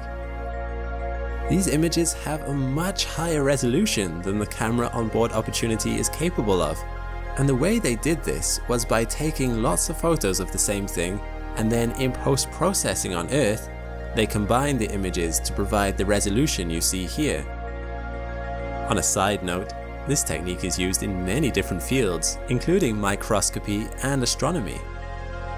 Scientists say that the layers you see in the rocks found in all these cliff faces are due to a geological process called cross-bedding. They believe these layers are ancient sand dune deposits, which is why the lines are inclined upwards and not just horizontally. From these lines, they predict that this used to be a sand dune field not unlike the Sahara Desert on Earth. While this science data was very useful, mission controllers were primarily looking for a passage down to the crater floor, and they thought they found one here by the Valley Without Peril. On closer examination though, it was decided that the slope was too steep. Opportunity investigated a couple of cliffs while it was there, and even came across another meteorite called Santa Catarina, before mission controllers decided to drive the whole way back to the original arrival point at the crater to try and head down by there. This site was chosen because the slope was within the safety limits of the rover, plus the ground was made of flat, exposed bedrock, which meant it wouldn't have much wheel slippage. On the 28th of June 2007, or 1,200 sols into the mission, Opportunity prepared itself for its descent. But just as it perched itself on top of the slope, the biggest dust storm Opportunity had seen yet rolled in, decreasing the brightness of the sun by 96%. That's not quite as bad as it sounds, as the dust also scattered some of the sunlight towards the rover too, meaning it was generating 128 watts on the darkest day compared to its usual 700 watts on a clear day. But this is bad news for a solar-powered rover. That kind of power level isn't enough to keep the rover going. In fact, anything under 150 watts means the batteries begin to run flat. So operations were cut back substantially until the storm was over, and Opportunity was commanded to only communicate back to Earth once every 3 days. If the batteries did run flat, the components on board Opportunity could be damaged due to the intense cold on the planet during the night. Typically, the motors have heaters powered by the batteries during the night to keep the motors warm. If the batteries run flat, there would be nothing to stop there being extreme temperature differences between the night and day. At the equator, anything up to 20 degrees Celsius during the day and minus 75 degrees Celsius at its coldest at night, which would damage the sensitive components. The reason for this temperature variability is because although Mars does have an atmosphere, it is 100 times thinner than Earth's, meaning it is not anywhere near as good at retaining the heat it absorbs during the day. Going back to the batteries, if they reached a critical level, Opportunity was also designed to trip a low power fault. This basically disconnects the rover's batteries from all but the most essential systems of the rover, putting it to sleep as it tries to charge its batteries with whatever available sunlight there is. Every sol, the rover would check the battery level to see if it could reconnect the other systems, and if so, it would then re-establish communications with Earth. This low power mode could mean that the rover stays asleep for only a few days, but it could also go on for weeks or even months. Chances are at that point, even if it did switch back on, too many of its components would be broken and it wouldn't be able to function anyway. Back to the dust storm. At the start of July 2007, mission controllers initially thought it would only last a week, but by the 15th of July, the storm had reached its peak.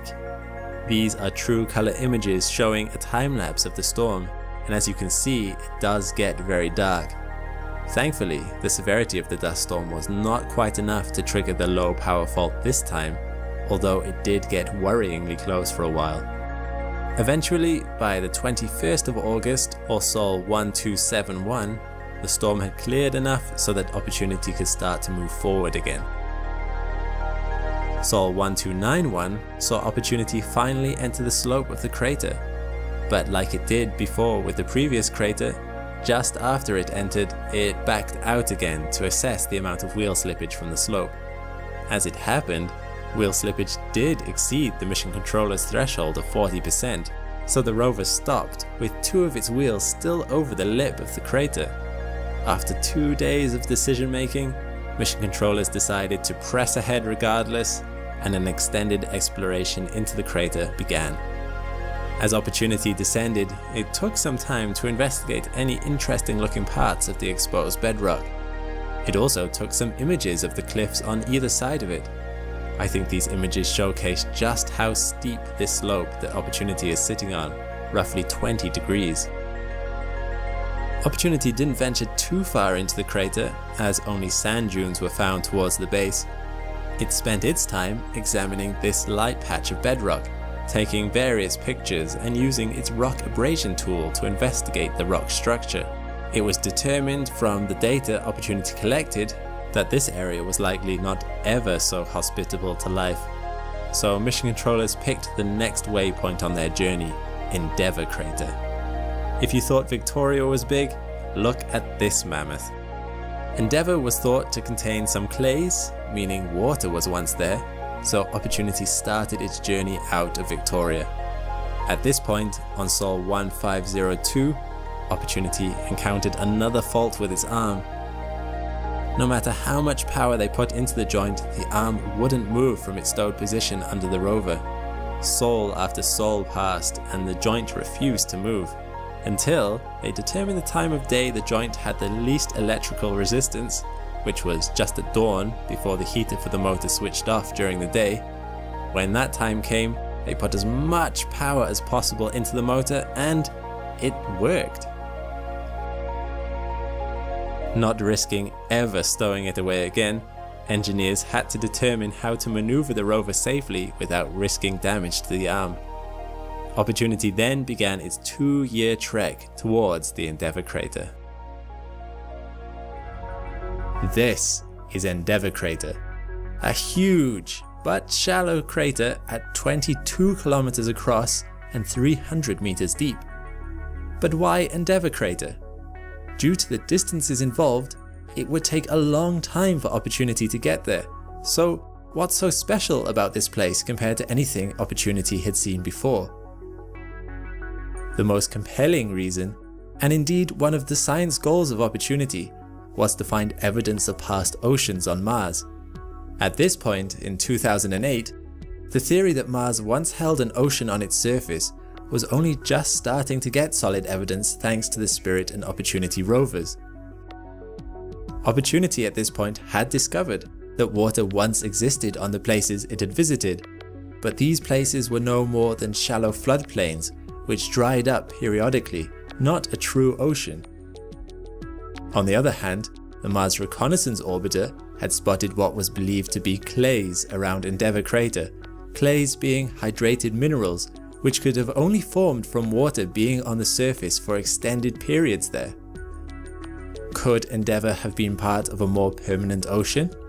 And if there really was a surface ocean, are there clues to indicate that it could have harboured life?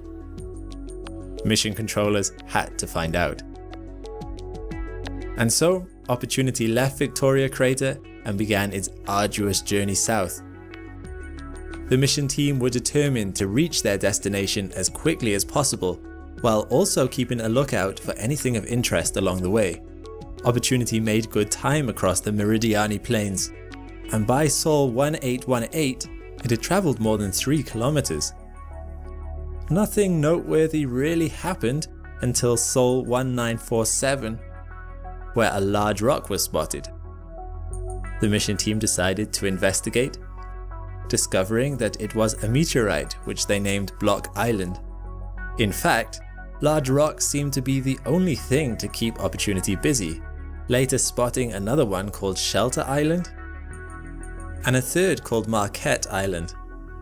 Marquette Island was of particular interest to scientists though, as they believed this rock was part of the ejecta from a large meteor impact, meaning this rock would have come from deep in Mars's crust. Scientists could tell because the grains within the rocks are coarse with a basalt composition. The coarseness indicates it cooled slowly from molten rock, allowing crystals time to grow. Had it formed near the surface, the crystals within it would have been a lot smaller, as it would have cooled a lot quicker. Opportunity was never alone on Mars.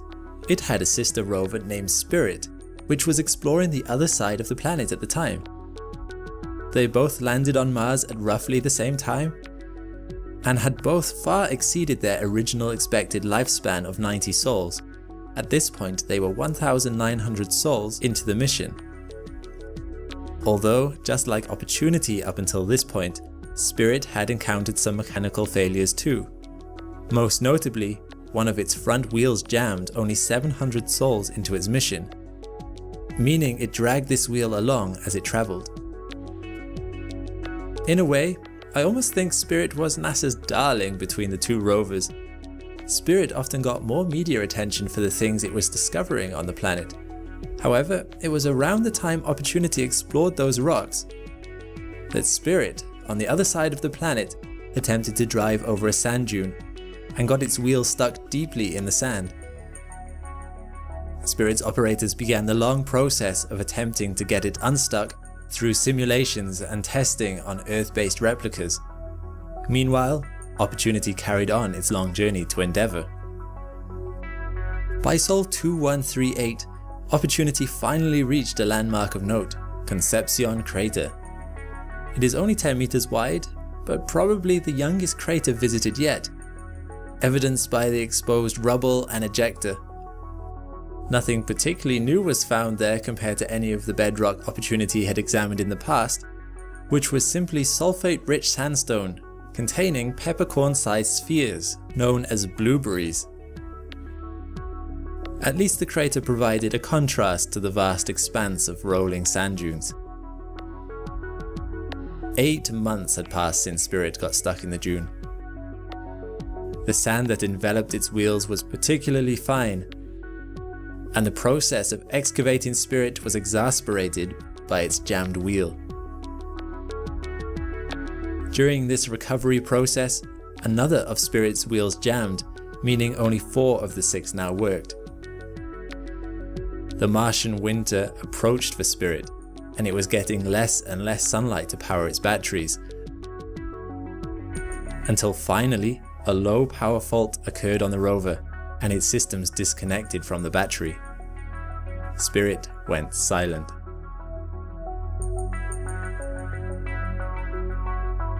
Mission controllers attempted for months afterwards to regain contact with the rover, but NASA eventually called an end to Spirit's mission.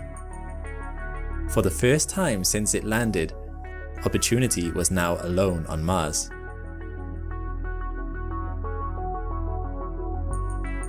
Opportunity's long slog over kilometers of sand dunes to reach Endeavour was becoming taxing for the rover. Perhaps overly anxious not to have a repeat of what happened to Spirit, mission controllers decided to reroute Opportunity's course, a longer route, but hopefully a less arduous one. This route would also take it by what was named Santa Maria Crater.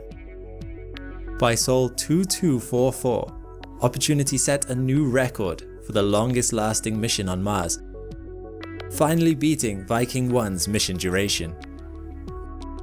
Opportunity could begin to see the rim of Endeavour, spotting the landmarks of Cape Tribulation, Cape Byron and Cape Dromedary. However, even 100 sols later, it was only halfway to Endeavour from Victoria. It had made good time considering it has a top speed of 5 centimeters per second and often went half of that to be safe, with frequent stops to look out for potentially problematic sand dunes. You'll notice the rover's tracks are ahead of the rover in this time lapse. This is because there is also a navigational camera on the back of Opportunity, allowing it to drive forwards or in reverse to evenly distribute wear and tear on the motors. Although, another reason right now was to protect Opportunity's extended arm, which, as I mentioned in the last episode, got stuck in this position. On Sol 2449, Opportunity finally arrived at Santa Maria Crater. It's a 90-meter wide crater and was important to mission controllers as there was already evidence here of hydrated sulfate minerals. As I mentioned, hydrated minerals can only form under bodies of water over extended periods of time. So this was an exciting precursor to what they really wanted to investigate around Endeavour, which was still a tantalizing 2-year journey away. Opportunity also stopped here to take a spectacular time-lapse of a Martian sunset or two, with one of the time-lapses showing a transit of Mars's biggest moon Phobos across the sun.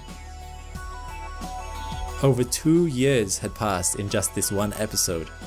Opportunity had soldiered on well beyond its expected mission lifetime of 90 sols, and even outlived its sister rover Spirit. It and the mission team had earned a rest at Santa Maria, and they all spent 3 months happily examining rocks and unlocking secrets about the history of Mars. After that, it was onward and upwards for Opportunity towards Spirit Point, a point around the rim of Endeavour, an inspiring commemoration of the mission's loss on the other side of the planet. After spending 3 fairly uneventful months at the Santa Maria crater, Opportunity headed towards the closest hill on the crater rim, known as Cape York. Along the way, it came across a few small craters, some of which were very young, with ejecta from the impact strewn across the place. But Opportunity didn't stay for long. Approaching Endeavour, Opportunity was finally able to see some variation in the landscape after years of simply crossing flat plains of sand dunes. Peaks and capes started to rise up on the horizon as Opportunity approached the crater rim. On Sol 2709, Opportunity finally arrived at Cape York, and specifically a place known as Spirit Point, named after Opportunity's sister rover that had come to the end of its mission on the other side of the planet only a few months previously. Opportunity had travelled over 30 kilometers up until this point, 50 times further than the original planned mission distance. Mission planners decided not to go into the crater, as points of interest were again found around the rim of the crater. Bedrock is exposed to the surface there, which allowed Opportunity to study the oldest rocks it had seen so far on this journey. It was also around these peaks and capes along the rim where the hydrated minerals or clays were detected by the MRO. Perched on top of Spirit Point, Opportunity looked over Endeavour, providing a perspective about just how big this crater is. From the onset, Opportunity began discovering phenomena never before seen on Mars. You may remember from the previous episodes that the soil found around the areas Opportunity had thus far explored contained countless smooth, tiny, round rocks, nicknamed blueberries.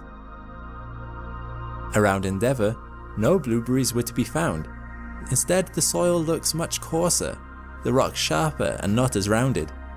Mission controllers were so impressed by the variation of this area compared to the initial landing site that they said that this section of the mission provided the equivalent of a second landing site for the price of one.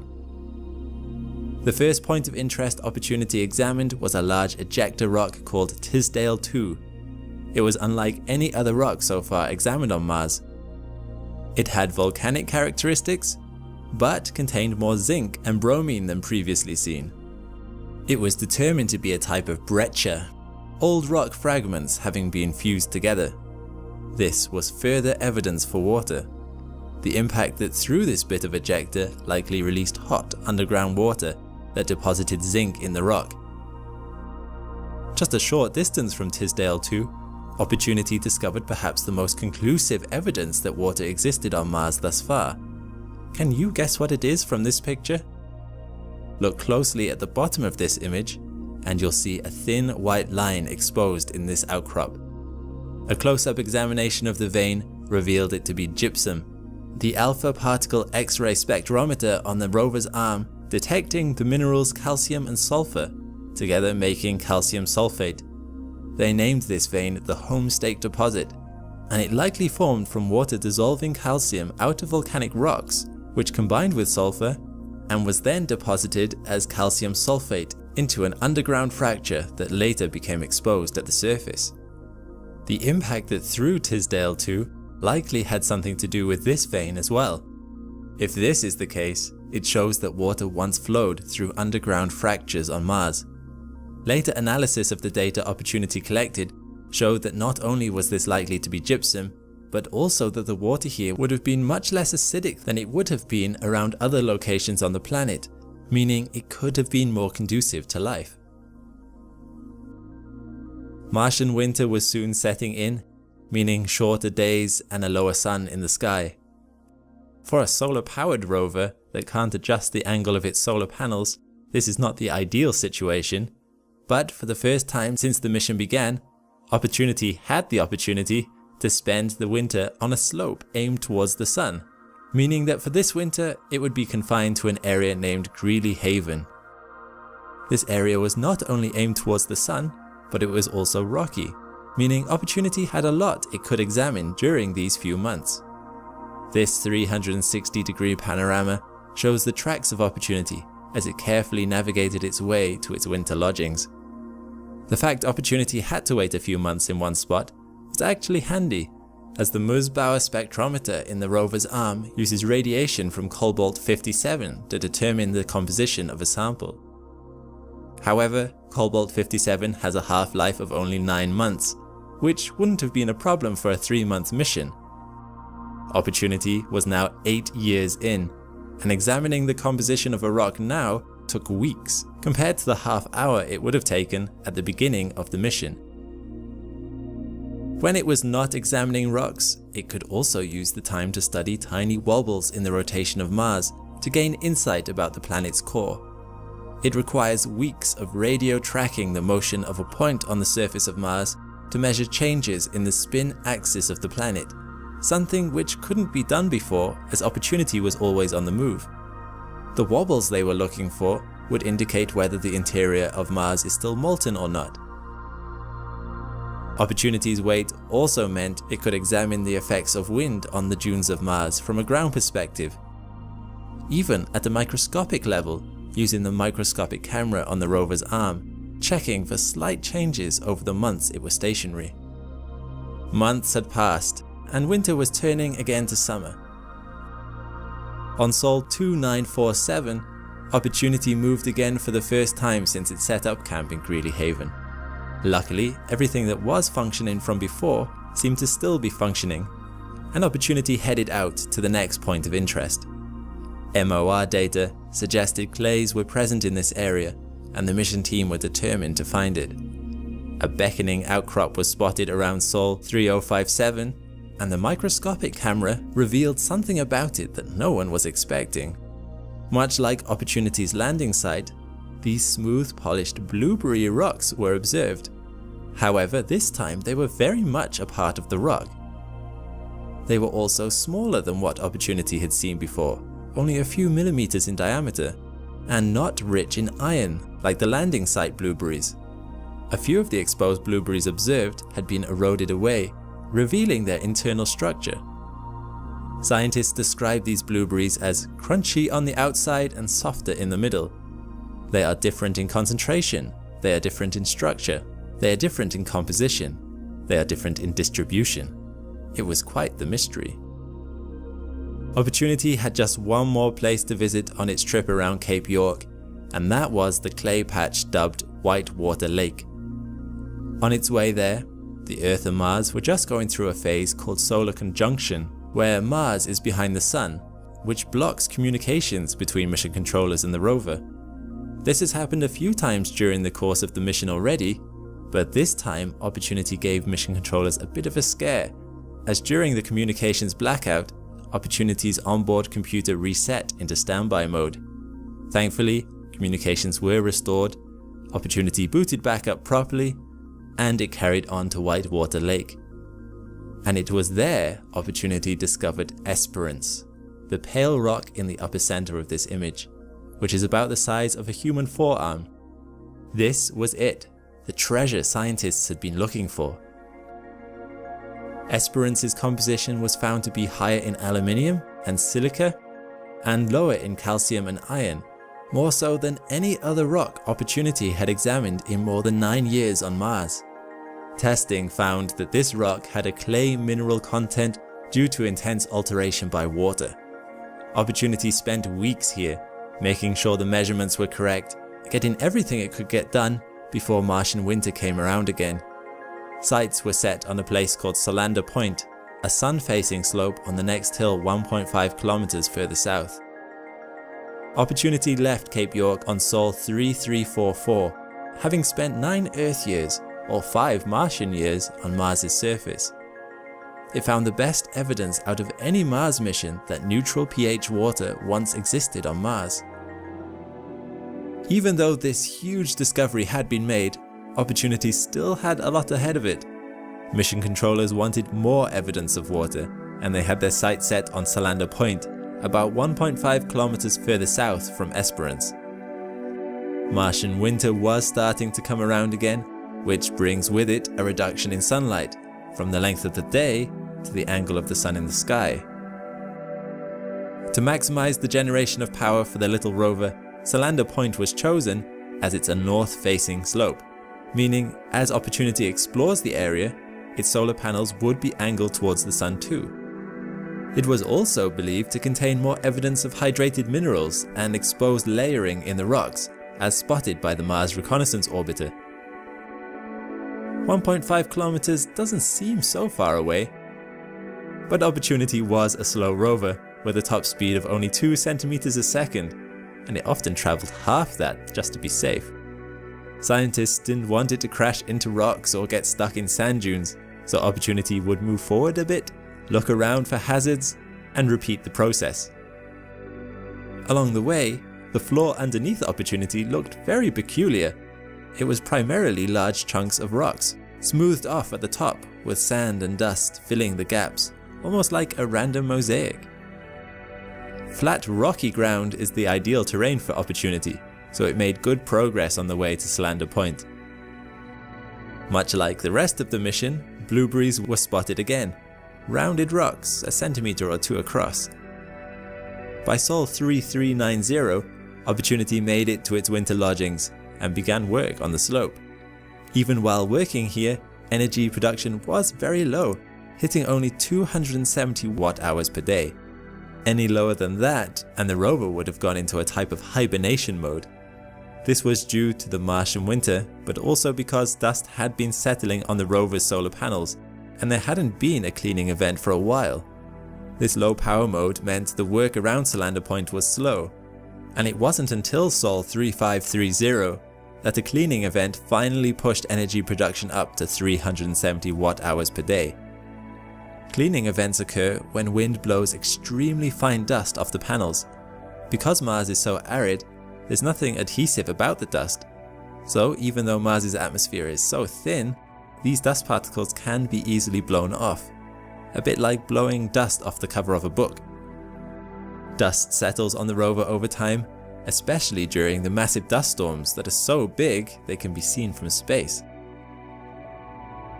Around Sol 3519, Opportunity spent the day examining a surface target. However, embarrassingly, the mesh they used to calculate the distances of objects to the rover was wrong, meaning the instruments on the arm were off by about 5 centimeters. So the images taken were blurry, and the alpha particle X-ray spectrometer couldn't properly detect what it was looking at. This was quickly rectified, and the usual crisp images started coming back to mission control again. A bizarre discovery that was noticed just a few sols later was something known as Pinnacle Island. Opportunity often took days to examine certain patches of ground, but scientists noticed some variation between one photo and another taken a few days later. This rock seems to have appeared out of nowhere. Mission controllers weren't so impressed though, putting it down to a nearby meteorite impact, or even Opportunity bumping the rock into place with one of its wheels. A flyby of the Mars Reconnaissance Orbiter revealed no fresh impact, so that discounted that theory. But mission controllers sent Opportunity on its merry way without investigating the rock further. This caused outrage online, with people suspecting aliens left the rock there as a means of communicating with us on Earth, or that it was a type of fungus that had grown over the 12 days between photos. Some people even went to the lengths of suing NASA over their reluctance to investigate Pinnacle Island further, by imaging it with the microscopic camera on board Opportunity's arm. However, before that really got going, as Opportunity looked back on Pinnacle Island, the mystery was solved. Opportunity had indeed cracked a rock in half, as can be seen by the tracks left in the sand. As far as we are aware, this is the first time something like this has happened on its whole mission, but the chances of it occurring were likely increased as Opportunity's arm was getting less and less mobile through wear and tear. This means that the rover itself now has to turn in order for the arm to reach specific objects, instead of the arm simply reaching across. Another problem that was becoming more and more persistent for Opportunity was the onboard computer randomly resetting. Although Opportunity was always able to turn back on, each reset wasted about a day's worth of science activities. By Sol 3749, these resets caused about half the month to be missed. Mission controllers narrowed the problem down to the onboard flash memory. Flash memory can get temperamental after repeated use, heightening the risk of losing new photos before they can be sent back to Earth, and so the decision was made to reformat the entire drive. This would not only clear the storage, but also identify any bad cells within the drive, so those cells can be avoided in the future. By Sol 3773, the reformatting was completed successfully. Soon thereafter, Opportunity reached Vodoviak Ridge, south of Salander Point. As this was going on, a visitor from the outer edges of the solar system was hurtling towards Mars. Its trajectory would take it just 130,000 kilometers above the planet's surface before it continued on towards the Sun. This visitor was again not an alien, but Comet Siding Spring, a visitor from the Oort cloud. The Oort cloud is found well beyond Neptune and the Kuiper belt, millions of icy rocks in orbits that take millions of years to complete. Because it had such a long time to accelerate towards the Sun from the furthest point in its orbit, the trip from Mars to the closest approach to the Sun only took 6 days. That's 56 kilometers per second. However, because of the close flyby of Mars, it meant that the spacecraft on and around Mars were actually in a better spot to witness Comet Siding Spring than we were on Earth. Mission controllers of the various missions were also a bit nervous about the dust particles that are ejected from the comet traveling at that speed, potentially impacting and damaging spacecraft in orbit around Mars. As such, Hubble, as well as spacecraft around Mars, all began observations of this visitor. Fortunately, mission controllers had already had some practice at this with Comet Ison, another comet that passed by Mars only the year previously. Comet Ison, however, was 80 times further away than Siding Spring would be, too far and too dim for Opportunity to spot. And unfortunately, it was day just as Siding Spring made its closest approach to Mars, but Opportunity was able to snap a couple of photos of it just before dawn. Can you spot it? Here's the annotated version of the same image. As it passed by, none of the spacecraft were damaged by ejected dust particles, but what they did observe from this flyby was completely unexpected. As it passed by, it plunged Mars's weak magnetic field into chaos, albeit temporarily. Unlike Earth, Mars doesn't have a magnetic field generated from within its core. Its magnetic field comes from plasma high up in its atmosphere, which generates a very weak charge. This is enough to deflect solar wind coming from the sun, but solar storms from CMEs and solar flares push past this induced magnetic field, stripping away atoms from the atmosphere. Comet Siding Spring had a very similar effect on Mars. Comets are also surrounded by a magnetic field, again induced from interactions with solar wind, this time with the comet's atmosphere, or coma. A comet's coma can reach out for millions of kilometers from the comet, meaning that as Siding Spring passed Mars, Mars was enveloped in its coma for a good few hours. This merged both magnetic fields for the duration of the event, with charged particles from both objects interacting strongly with each other, and the atmosphere of Mars actually lost some particles to space as a result. However, apart from the image Opportunity was able to take from the surface, all this went largely unnoticed by the rover. 2015 was quickly approaching, and Opportunity was heading for Marathon Valley, which would take the odometer reading of Opportunity to the distance of a typical marathon. Completing a marathon in 11 years? That's a pretty impressive finishing time. In celebration of this milestone, mission controllers took part in a relay marathon with a replica of Opportunity as they crossed the 42-kilometer or the 26.2 mile mark. But there was more to Marathon Valley than just a waypoint. There were interesting rocks here that mission controllers wanted to investigate. To get down into Marathon Valley, Opportunity had to go down the steepest slope it had faced yet, 32 degrees. Such was the steepness of this slope that dust that had built up on the solar panels began to flow off. After successfully descending down the slope, Opportunity first investigated a region known as the Spirit of St. Louis. It's actually a small crater, yet it has some outcrops exposed.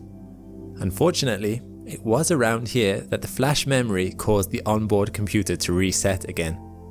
Although mission controllers had narrowed down the problem to a specific cell bank on the flash drive, quarantining this section apparently hadn't completely solved the problem.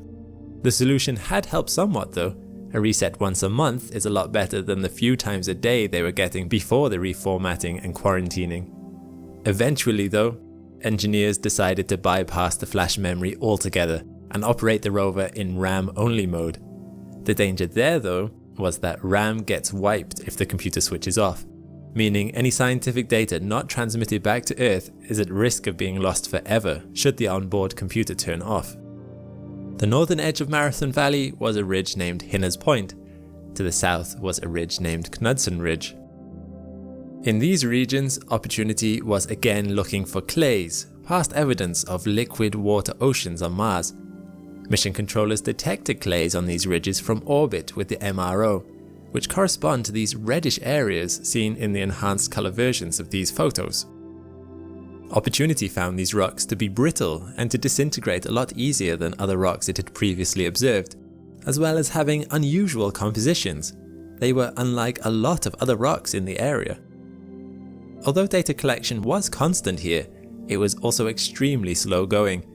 The alpha spectrometer on Opportunity's arm was losing its potency, meaning sample analysis that would have taken minutes at the beginning of the mission would now take in days or weeks. This was also combined with Opportunity's temperamental onboard computer, which was really starting to struggle. As a result, it took Opportunity well over a year to get through Marathon Valley. It began to head deeper into Endeavour, and was greeted with a spectacular sight. A dust devil was spotted on the crater floor. Spirit, Opportunity's sister rover, had seen dust devils in the past, but they were a lot rarer for Opportunity. It is believed that dust devils passing over the rovers had been responsible for the occasional cleaning events that removed dust off the rover's solar panels. Opportunity's next goal was again found further south, a gully that scientists believe might have been carved out by water. A gully had never been closely examined by a Mars mission in the past, so scientists were excited by what they might find. But getting there was tricky.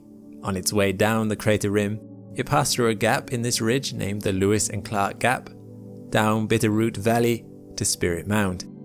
On its way down, it took some spectacular panoramas of various ridges overlooking the sand dunes stretching across the crater floor. Upon reaching Spirit Mound, Opportunity had been on Mars for well over 4,500 sols, roughly 12 Earth years. All things considered, Opportunity was in reasonable health and generating a very comfortable 450 watts of power from its solar panels. On its way to the gully, it would stop periodically to perform some science operations like imaging select rocks and measuring argon in the atmosphere. Opportunity finally reached the gully in September 2017. The gully was named Perseverance Valley. Scientists wanted to know whether it was water, ice, or wind that had carved this gully. From the shape of the gully, it certainly looks to have had something flow down it. Opportunity also spotted rocks aligning the channels. Could these have been deposited by water currents? As it turned out, Opportunity wasn't able to find anything conclusive. After several months of examining the area, Opportunity passed through 5,000 sols on Mars. And what better way to celebrate than by taking its first full selfie? You'll notice this image is blurry. That's because it was taken with the fixed focus microscopic imager on its arm. It was only designed for very close targets. In June of 2018, the MRO detected the formation of a dust storm. This isn't unusual. Mars has seen its fair share of dust storms coming and going on a fairly regular basis.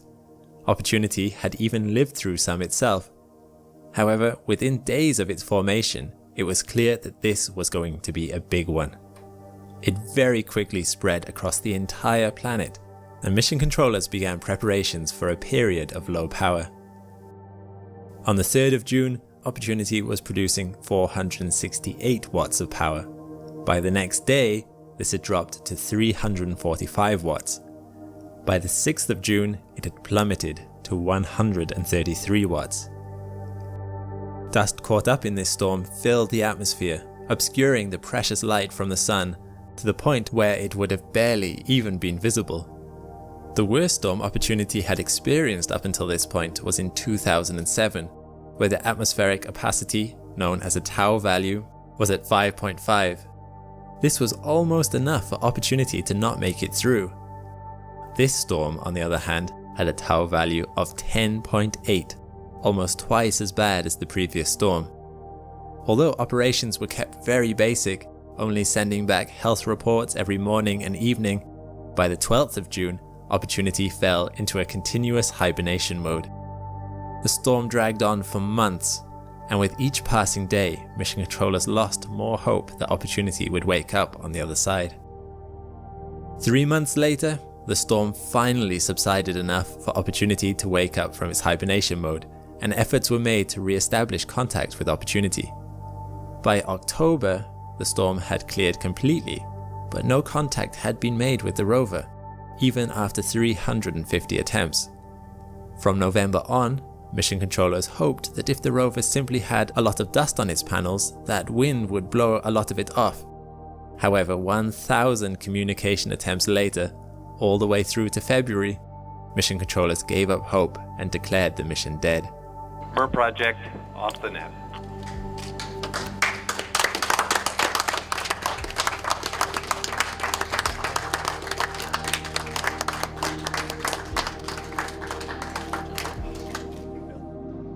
The 15-year, or 5,352 Sol Mars mission had finally ended. And what a mission it was. Opportunity measured temperatures, atmospheric readings, the rotation of Mars, and more. However, the real prize was the definitive proof that Mars was once a world similar to our own, in that it held stable bodies of liquid water oceans on its surface in the distant past. While we may take that for granted now, when it was first confirmed, it was truly groundbreaking. Shortly before communication was cut off, Opportunity was in the process of sending back one last panorama of its final resting place. Its famous last communication was poetically translated to be, "My battery is low and it's getting dark," and its final image was of the sun obscured by the dust. And there we have it, a recap of the entire Opportunity mission.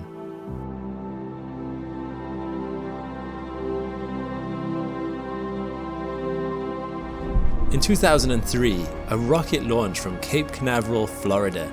Its destination was Mars, and it was carrying a rover that would achieve the impossible, Spirit.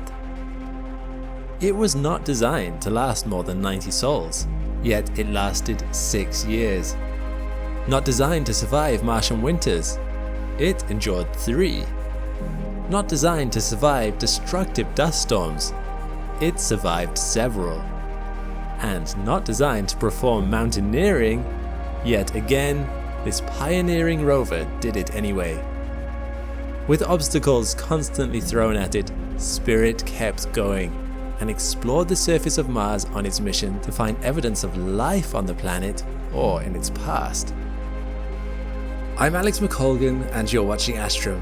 And in this supercut, I will take you on Spirit's complete journey both to and on Mars, the trials it faced, and the remarkable discoveries it made. Alongside its companion rover, Opportunity, whose journey I have covered in this popular series, Spirit was part of NASA's Exploration rover mission, an element of the Mars Exploration Program. This program had 4 science goals. 1. Determine whether life ever arose on Mars. 2. Characterize the climate on Mars. 3. Characterize the geology of Mars. And 4. Prepare for human exploration. Spirit was designed to be a crucial component of achieving these goals, with its main scientific objective being to search for rocks and soil types, then track down clues for any potential past water activity on Mars, a key indicator of life having once been on the planet. As scientists cannot yet go to Mars themselves, robot geologists like Spirit are essential for the success of the Mars Exploration Program and for the future of human space exploration. To undertake the mission, Spirit's designers armed it with a utility belt of tools. Around 185 kilograms in weight and roughly the dimensions of a golf cart, Spirit was equipped with panoramic and navigation cameras, a miniature thermal emission spectrometer for examining rocks and determining their origins, and 2 180-degree HAZ cams for observing the rover's surroundings. Meanwhile, on the rover's arm, there was a Musbauer spectrometer and alpha particle X-ray spectrometer for investigations into the mineralogy of rocks and soils, magnets for collecting dust particles, and a microscopic imager for high-resolution, close proximity images of the planet's surface, and a rock abrasion tool for exposing fresh material for examination by the onboard instruments. These were deployed on the robotic arm to get the instruments as close to the material as possible. Spirit's design also incorporated pieces of the fallen World Trade Center's metal, which were used to protect cables on the drilling mechanisms. And as for its name, Spirit, initially known as Mir 2 Rover 2, was named through a student essay competition. The winning entry by 9-year-old Sophie Collis read, "I used to live in an orphanage. It was dark and cold and lonely. At night, I looked up at the sparkly sky and felt better. I dreamed I could fly there. In America, I can make all my dreams come true.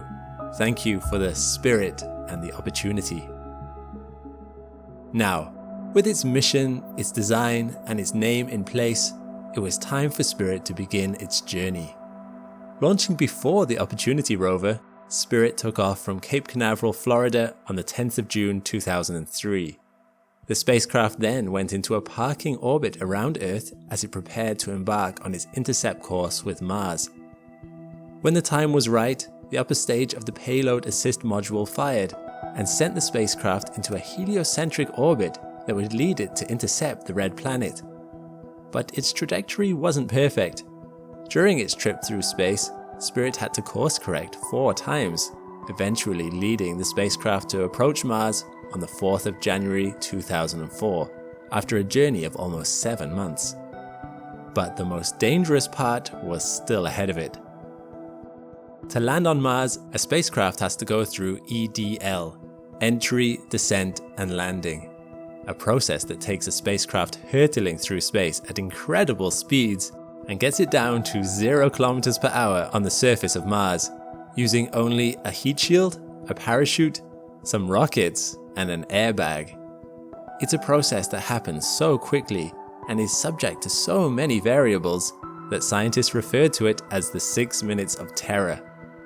And with no time to call back to Earth and recalibrate, the computer has to solve any problems it encounters on the fly. This is what happened. Spirit approached the atmosphere of Mars at 19,000 km per hour. 15 minutes before entering the atmosphere, the lander, inside its protective aeroshell, separated from the cruise stage. As Spirit hurtled towards the planet's surface, the heat shield's temperature rose to 1,600 degrees Celsius, while inside the spacecraft remained room temperature.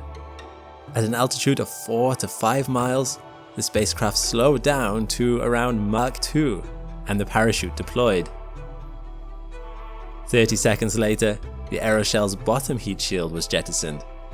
10 seconds after that, the rover began to unreel down a tether at a rate of 70 meters per second, all as it raced towards the planet's surface. It was here that the radar began to detect the surface of Mars, and the onboard computer began to determine when the retro rockets would have to fire. At about 5 seconds before the lander smashed into the surface of Mars, the airbags were deployed around it, and, below the parachute, the retro rockets ignited, bringing the lander's speed to 0. The boosters were needed because Mars's atmosphere has less than 1% the density of Earth's, and with that kind of air pressure, a parachute cannot reduce enough velocity on its own. 8.5 meters above the ground, the bridle was cut, and Spirit, complete with its protective airbag covering, fell to the ground at 14 meters per second. This section of the landing was extremely dangerous and vulnerable to chance. If the airbags hit a sharp rock at a wrong angle, the lander would be destroyed. And as it bounced almost 30 times, this was always a possibility. Luckily, no such thing happened, and Spirit rolled to a stop 250 meters from its point of the first impact. Spirit had landed. EDL was complete. The 6 minutes of terror were over. On January 4th, 2004, Spirit was on Mars. The place where it landed was roughly 12 kilometers away from the planned landing zone and inside the Gusev crater, a possible former lake inside an enormous impact crater. A natural target considering Spirit's mission. Once the airbag had settled, Spirit deployed and rolled out onto the surface of its new home and started taking panoramic images that would help the scientists at NASA identify potential geological targets. The images were transmitted using Mars Global Surveyor and 2001 Mars Odyssey, 2 spacecraft which were orbiting above the surface of Mars. These were the images that Spirit took. The first of these images was the highest resolution color image taken on another planet. This was compiled using 4 PanCam images high and 3 wide, creating a full-size image of 4000 by 3000 pixels. These individual images were taken in black and white, with 13 filter wheels allowing images to be produced in different wavelengths. Back on Earth, these same images were then combined to create the color image you're looking at now, that gives you a view of what it would look like to stand on the red planet. Take a look at what you see. Note the abundance of rocks and the rolling surface in the distance, features that the rover could explore. These are Anderson Hill, Brown Hill, Charler Hill, Clark Hill, Husband Hill, McCool Hill, and Raymond Hill. One area, a circular depression that came to be known as Sleepy Hollow, was a target for the lander due to its ability to provide insight into the interior of Mars. The landing site, surrounded by the aforementioned hills and geologic material, came to be known as Columbia Memorial Station, a name given in honor of the Space Shuttle Columbia disaster where 7 astronauts lost their lives. Spirit immediately began busying itself by exploring Sleep Hollow Crater, an area 9 meters wide and only 12 meters from the lander. However, it wasn't long before something threatened to derail the mission altogether. On the 21st of January 2004, or Sol 17, NASA's Deep Space Network abruptly lost all comms with Spirit. The team at NASA was perplexed. The following day, they received a beep through the network, which meant one thing: Spirit was receiving transmissions, but had determined that it was in a fault mode and would only respond to commands sporadically. This was a serious anomaly, but if it was a software issue or memory corruption instead of a hardware issue, it was fixable. Ordering Spirit to transmit engineering data, the team discovered that an error in the rover's sleep mode had caused it to waste battery and overheat, issues that could destroy Spirit if they were not rapidly fixed. This was further complicated when, on Sol 20, Spirit ignored the command "shut down, damn it" until from the team, which attempted to cause it to suspend operations. Time was running out. One theory about the rover's issue was that it was stuck in a perpetual reboot loop.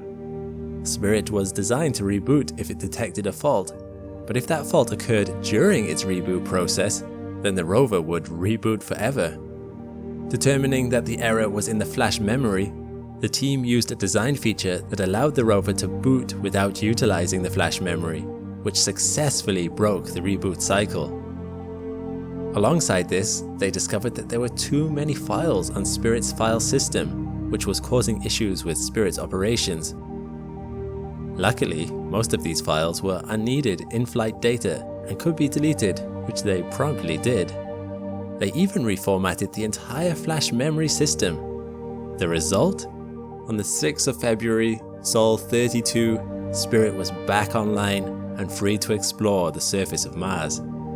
But although it had already traveled across space, through the atmosphere of Mars, and survived the landing and a critical malfunction, its adventure was only just beginning. For Spirit and its instruments, Martian rocks were more than just targets to grind. They were time capsules that offered a glimpse into the planet's environmental past.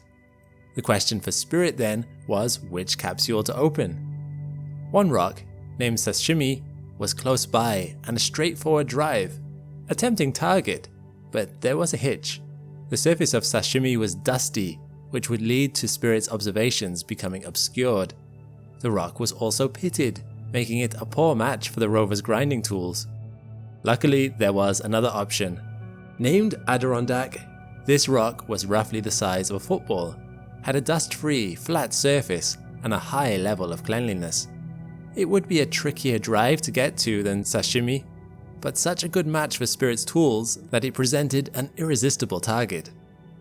Venturing out into the vast Gusev crater, Spirit turned 40 degrees in short arcs for just under 1 meter, then turned to face the rock, finishing its journey with 4 short straightforward moves of just under 2 meters. This might sound specific, but for Spirit, navigating through the rocky terrain of the Gusev crater, this is how careful it had to be. The enormous Gusev crater, 166 kilometers in diameter, is roughly 3 to 4 billion years old.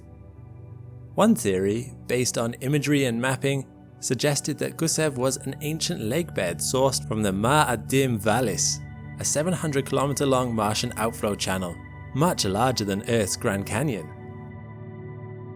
This theory was one important possibility that Spirit had come to investigate. The rock abrasion tool, which we mentioned earlier, was Spirit's grinding and brushing tool.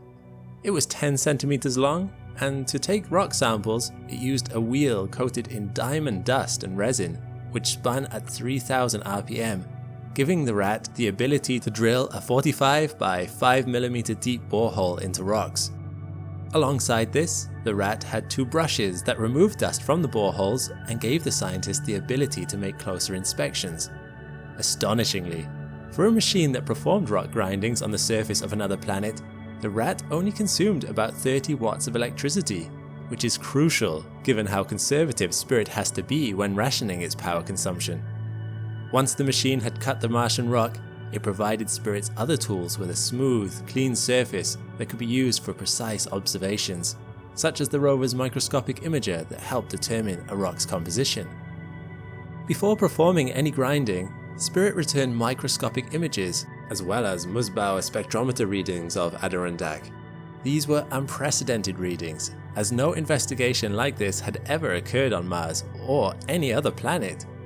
These readings suggested that Adirondack contained minerals composed of magnetite, olivine, and pyroxene, not dissimilar from Earth's volcanic basalt rocks. But to confirm this, Spirit had to cut into the rock. On the 6th of February, its 34th sol on the planet, Spirit used the rat on Adirondack. Simply breaking open a rock might sound mundane, but remember how far from Earth Spirit had travelled to be able to do this. Not only that, but this was the first time humanity ever performed a rock abrasion on another planet to more easily identify its composition. Spirit was making history. Using the instruments on the freshly exposed material, it helped confirm the suspicion that the rock was volcanic basalt, and provided intriguing insights into the makeup of Mars. But what did Spirit learn? Well, Adirondack was a remarkably well-chosen target, because it turned out to represent a typical rock found on the plains of Gusev crater. Spirit's instruments showed that Adirondack, and later other Gusev rocks, were indeed filled with pyroxene, plagioclase, olivine, and magnetite materials. These made the rocks picritic basalts, similar to earth-bound rocks called basaltic komatiites. Adirondack in particular has been ever so slightly altered, possibly as the result of thin films of water interacting with the rock. These small quantities of water may have induced mineralization. One key giveaway is that Gusev rocks such as Adirondack were easier to grind compared to similar rocks on Earth. It was time to move on. On the 5th of March, Spirit trekked to Humphrey Rock, where it found some striking hints of water history on Mars. Humphrey was a dark volcanic rock, about 60 centimeters tall, with bright material in its interior crevices, alongside cracks that appeared to be minerals crystallized from water. These were revealed when Spirit used its rat to scrape away the rock's surface by 2 millimeters. These materials were another signpost that water did indeed exist on Mars, and either interacted with Humphrey after it formed, or was contained within it. This was a huge step forwards, potentially discovering the answer to one of the Mars exploration program's key questions. Did life ever arise on Mars? If we are to ever colonize Mars, answering this question is crucial. Spirit's investigation wasn't destined to end at Humphrey Rock. Our rover had more work to do. On Sol 65, March 11, 2004, Spirit journeyed to an impact crater known as Bonneville Crater, home to Spirit's heat shield, which was jettisoned during landing. Bonneville Crater was located within Gusev and was not particularly large. It had a diameter of roughly 210 meters, a depth of 14 meters, with a rim that rose 6.4 meters above its surroundings. Given this low depth relative to its crater, Bonneville was likely a secondary crater, formed from the ejecta of a much larger impact elsewhere. It was also relatively pristine, and not subject to any water erosion.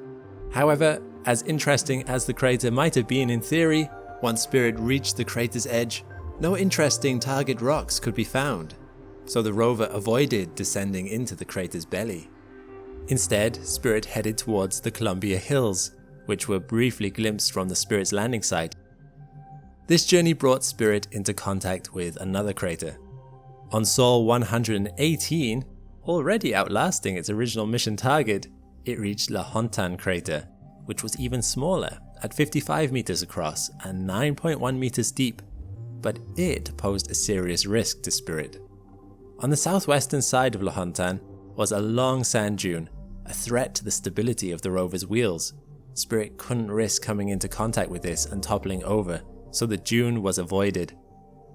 Even with obstacles like La Hontan's dunes, Spirit's path to the Columbia Hills was a relatively straight line. Spirit was directly controlled by engineers when the terrain became more complex, but otherwise was largely safe to travel autonomously for his lonely journey across the dunes of Mars. By Sol 159, Spirit had reached the foot of the Columbia Hills at a location called West Spur. As it got closer to the hills, foreboding signs indicated that the rover was beginning to age. Spirit's right front wheel began drawing up to 3 times as much current as the other wheels. This meant that the wheel could be stuck, and moving it required more effort, draining Spirit's limited energy and heating the motor to an inoperable degree. What was the cause of this? One possibility was that debris could have lodged into the wheel's mechanism, preventing rotation. Another was that congealed lubricant might no longer be spreading over the wheel's moving parts. Ingeniously, Spirit had heaters in the wheel to solve this very problem. But without knowing the true cause of the issue, Spirit needed to minimize damage in the short term. Moving forward, Spirit started using the front wheel sparingly, leaving the brunt of the effort to the other 5. That said, drag from the front wheel would have to be accounted for, and in instances where climbing steep slopes or difficult terrains became necessary, Spirit would have no choice but to use all 6 wheels. On Sol 174, Spirit began a 3,000 meter tune-up to help itself to get in better shape for its oncoming missions, designed to help it get through the next 3,000 meters. One fix was a front hazard avoidance camera calibration. This was necessary, as Spirit had begun to experience a 2 to 3 centimeter inaccuracy in predicting the actual location of targets. To help fix this, Spirit used various arm poses and images to refine its ability to target objects with its stereo hazard avoidance camera images. This was followed by a front wheel diagnostic and lubrication to help fix its rotation, as well as visual odometry tests to help Spirit navigate with greater speed. The tune-up was also where Spirit had its first, well-deserved deep sleep. This mode left the rover depowered overnight, allowing it to save energy spent on survival heaters and electronics usually present when it was napping. This was essential if Spirit was to save energy over its coming sols on Mars. But deep sleep wasn't without its dangers. As the survival heater was powered on, there was a risk Spirit's mini thermal emission spectrometer instrument would not power back on. So Spirit undertook 2 potentially final observations with the instrument before finally powering down. Throughout this, Spirit's solar panels were tilted towards the winter sun, conserving as much energy as possible and helping them overcome the interference from the setting sun and increased levels of dust. Once the tune-up had ended, Spirit spent the following sols studying many rocks across the Columbia Hills, such as the rocks named Clovis, Ebenezer, and Lutefisk. On Sol 188, Spirit found a solution to its issues with the front wheel, a solution more creative than diagnostics and lubrication. It started driving backwards. This helped Spirit improve performance and extend the lifetime of the front right wheel's motor. An example of the simple changes and clear thinking that kept the rover operational for so long. A solar conjunction delayed Spirit, but once it was over, the rover journeyed to the summit of Husband Hill, which sat around 107 meters higher than the surrounding plains of the Gusev crater. Aside from being home to views of Gusev, it was flanked by a beautiful albedo feature on its south side, rich with dark rolling sands, not unlike a dune on Earth, which gives Mars its distinctive texture when viewed from space. And now, by Sol 344, Spirit was in a good place to continue its mission on Mars. 344 sols. That's an incredible achievement for a rover that was only meant to survive 90. And yet, Spirit kept on going and going, providing more and more data for scientists. But How much longer could Spirit last? The days marched on. Spirit entered the week of its first anniversary of landing on Mars. To celebrate, it began studying a rock named Champagne on the slopes of Husband Hill. Yes, even robots need to party. And as a robot, it enjoyed its champagne in the most socially unacceptable way possible, alone and with full use of its science payload. After these measurements, however, the Spirit team confirmed the existence of a minor short circuit of 0.1 volts. This short wouldn't affect the day-to-day operations of the rover, but it would make Spirit more vulnerable to subsequent damage. Otherwise, Spirit was doing well. The team continued to traverse up the soft, dusty slopes in increasingly complex maneuvers to ensure that our rover didn't become trapped, a traverse complicated by increased dust in the atmosphere, reducing the sunlight reaching Spirit's solar panels. Some of that dust had settled as a coating layer on the panels, which meant that Spirit's team needed to be extremely careful with how they planned their route and power consumption. Nevertheless, en route to Larry's Lookout, a point on Cumberland Ridge, Spirit analyzed two small rocks of interest, Peace and Alligator, before imaging a far larger rock much further away, but one the rover can never hope to reach: Phobos, Mars's largest moon, a 26-kilometer wide satellite that is due to impact Mars's surface in 10 million years. With its imaging task completed, Spirit ventured forth across Cumberland Ridge, but only briefly before it made an unplanned stop. NASA engineers noticed that Spirit had curiously churned up an intriguing area of soil during its maneuvers named Paso Robles. But what was it about this area of soil that captured NASA's interest? Paso Robles was found to contain incredible levels of salt and high levels of phosphorus. We're trying to work out what this means, but clearly with this much salt around, water had a hand here.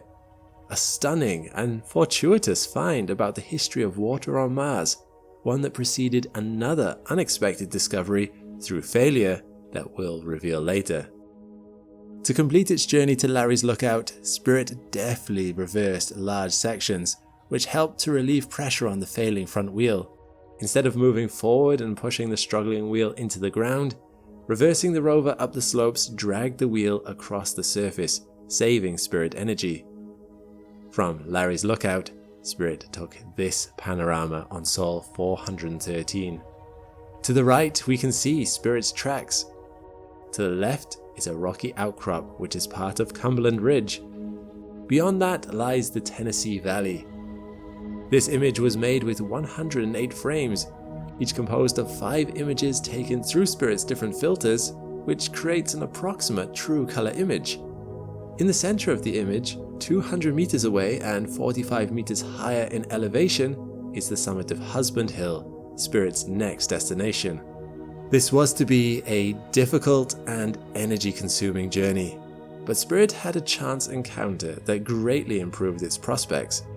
Mars's dust devils on Sol 421 swept over the rover, clearing a year's worth of dust buildup and increasing its solar panel efficiency from 60% to 93%. Over the next 160 sols, Spirit tackled its way to the top. The increase in energy supply meant that Spirit was able to upload its data every sol with the Odyssey orbiter, allowing the team to capture lots of information en route, including on samples Paso Robles 2, Big Clod, Paso Dark, Methuselah, Keystone, Pittsburgh, Independence, and Franklin, without filling up its limited storage. On Sol 581, Spirit reached the first summit of Husband Hill, but our hard-working rover had no intention to stand idle. It took a 360-degree panorama composed of 653 images, for the first time imaging the entire deck of the rover in a panorama. Look how clean those panels are! During the nights on the top of Husband Hill, Spirit also imaged both moons, Phobos and Deimos, in order to measure their orbits more accurately. In the panoramic image, McCool Hill and Raymond Hill are off in the distance in the center. McCool Hill was to be its winter destination, an area where Spirit could park up and angle its panels to the sun to maximize its energy capture over the darker months. But it never reached it. So let's continue Spirit's journey to see what it can achieve in its final 2.6 kilometers of life. On the descent of Husband Hill, Spirit was able to collaborate with the Hubble telescope to help calibrate data with atmospheric opacity readings, a sky survey, and calibration target readings. This helped with the accuracy of Spirit's measurements. Incredibly, Spirit's capability increased several times in its life, despite being 142 million kilometers away from its team of engineers. The multitasking rover installed an update as it was climbing Husband Hill, giving it the ability to drive sections autonomously, and another on Sol 1067 allowed Spirit to decide if and when to upload images, and whether to extend its arm to examine rocks. Spirit gained independence as it matured. There was one decision that NASA controllers still took on the descent of Husband Hill though: which rock to analyze out of a choice between two, Comanche and Miami. Comanche was chosen, and it turned out to be a rich subject to analyze. On Sol 690, Spirit discovered that Comanche was 1/4 magnesium iron carbonates, around 10 times higher than any rock previously analyzed on Mars. Carbonates are important in further understanding the hydrological history of Mars, as they are formed in the presence of water but dissolve by acid. So their discovery in high levels suggested that more neutral and hospitable bodies of water existed that could have been home to primitive life much earlier in Mars's history. A great discovery, but Spirit continued on tirelessly, and it reached its next checkpoint on Sol 744, Home Plate. Home Plate features layered and weathered rocks, including this feature found on the outskirts. It's hard to imagine this being shaped by anything other than flowing water. But it was the flow of time that was shaping Spirit. The rover was charging towards the north-facing slopes of McCool Hill in 2006 when one of its wheels failed. Exhaustive tests back on Earth at the JPL test facility, replicating the failure, could not get the wheel moving again. Spirit was now only making progress by dragging the locked right front wheel. Martian winter was coming too, and as the light fades, so do Spirit's reserves. With these two factors combined, NASA made the call to abort the drive to McCool Hill in favor of Low Ridge Haven. The rover found a spot with an incline of 11 degrees, which was sufficient to see Spirit make it through another Martian winter. For around 8 months, Spirit remained on the ridge, taking images of its surroundings. In one of the images, engineers spotted 2 subjects that were possible iron meteors. These were given the names Zhongshan after the Chinese Antarctic base, and Allen Hills after an area in Antarctica where several Martian meteorites have been discovered, including the most well-known and noteworthy of these, ALH 84001. Found in 1996, NASA scientists suggested that this Martian meteorite may contain fossilized extraterrestrial life, and released this image you may recognize as it became front-page news the world over. Once the Martian winter was over, Spirit had far more energy to use, and it ventured out once again. In March 2007, Spirit unwittingly excavated a surprising discovery. In the soft and red Martian soil, Spirit's failed wheel gouged the Martian surface, exposing bright white silica. Not evidence for life per se, but the next best thing, evidence for potential life. In our video on the origin of life, we talked about deep sea vents and areas where hot gases and material from below the crust meets the Earth's surface. Some create the potential for life to start. Others offer life a haven for growth. NASA believes that the silica deposit was made in one of 2 environments. Either hot spring deposits, where hot water dissolves silica in one place and then deposits it elsewhere, like hot springs or geysers, or alternatively, acidified steam blasting existing rocks, stripping them of much of their minerals, leaving mostly silica behind, areas known as fumaroles. Whichever it was, both environments are very supportive of microbial life on Earth. Incredible to think, if Spirit had not malfunctioned, if it and NASA had given up too early, this discovery would never have been made. Spirit spent the next few months circling home plate, and in June 2007 received another life-saving spring clean of its solar panels. Spirit boosted its power generation from a dip of 120 watt-hours back to over 600. On November 6th, Spirit navigated to the western side of home plate and took another panorama. NASA published this photo as an astronomy picture of the day, which, on first inspection, looked like every other photo taken of the Martian landscape. But it was soon to receive worldwide attention. Can you spot it? Hidden in plain sight is a suspected humanoid life form. Let's zoom in to what was dubbed Little Bigfoot. On the right of the image, we can also see Spirit's tracks from Husband Hill. We are now a few hundred meters away from the end of Spirit's journey. Martian storms had been increasing in recent months, leaving the solar panels heavily covered with dust, as well as blocking up to 99% of the light through the atmosphere. Survival was becoming harder, and operations were now much reduced from its peak. The aging Spirit was generating only 128 watt-hours, which is less than the 150 it requires to keep itself warm. If the heating were to fail, then the rover's components would eventually fail too. Two small cleaning events took the energy output of the solar arrays to 372. This gave the rover enough energy to charge its batteries and begin to move again. But the flow of time is always cruel. Spirit began to experience unexplained memory gaps in April 2009, with the rover now only 4 meters away from its resting place. On Sol 1892, Spirit hit incredibly soft, dusty soil at a location named Troy, where Spirit would make its last stand. Underneath its wheels was jarosite, which is a mineral of iron sulfate. Jarosite has remarkably low cohesion, meaning that achieving enough traction to move was proving impossible. Despite efforts by the JPL back on Earth to explore techniques to escape the sand trap, no progress was made. On Sol 2155, NASA reclassified the mission as a stationary research platform. While there, our rover took measurements of the atmosphere and several more images, including its last panorama from Troy. Spirit was still able to perform soil studies and extraction tests because the functionality of its arm was still excellent.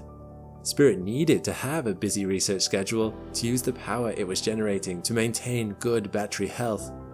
But the final winter was approaching for Spirit, and it was a bitter one. Over the next few months, the power generation continually dropped, and by Sol 2196, it was again down to the critical 150 watt-hours. Sometime on Sol 2208, it is believed Spirit suffered a low power fault. On a lifeless and quiet planet, Spirit's end was never going to be dramatic, but that's not to say Spirit went gently into that good night.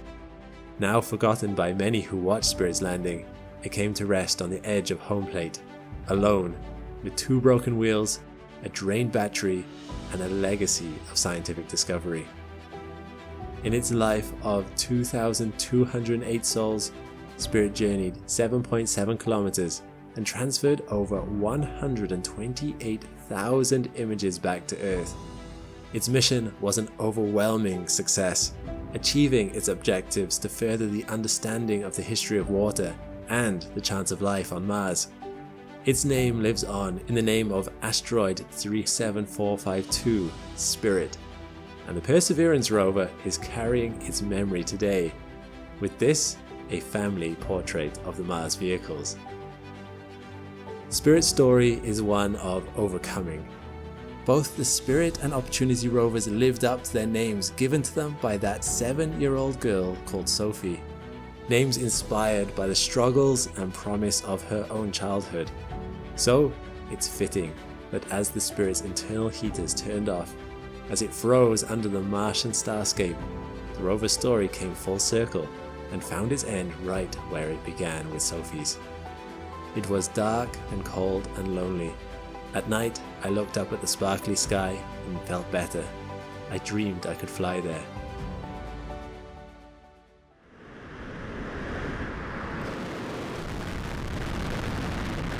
From its incredible launch on the 5th of May 2018 to the present day as it reached its ultimate powering down, InSight has been an incredible lander. It has peeled back the surface of Mars and listened to the planet's slow heartbeat to gain knowledge unseen by any mission that has gone on before it. It has faced adversity. From day one, Mars fought back with an unending assault to wear it down or catch it off guard.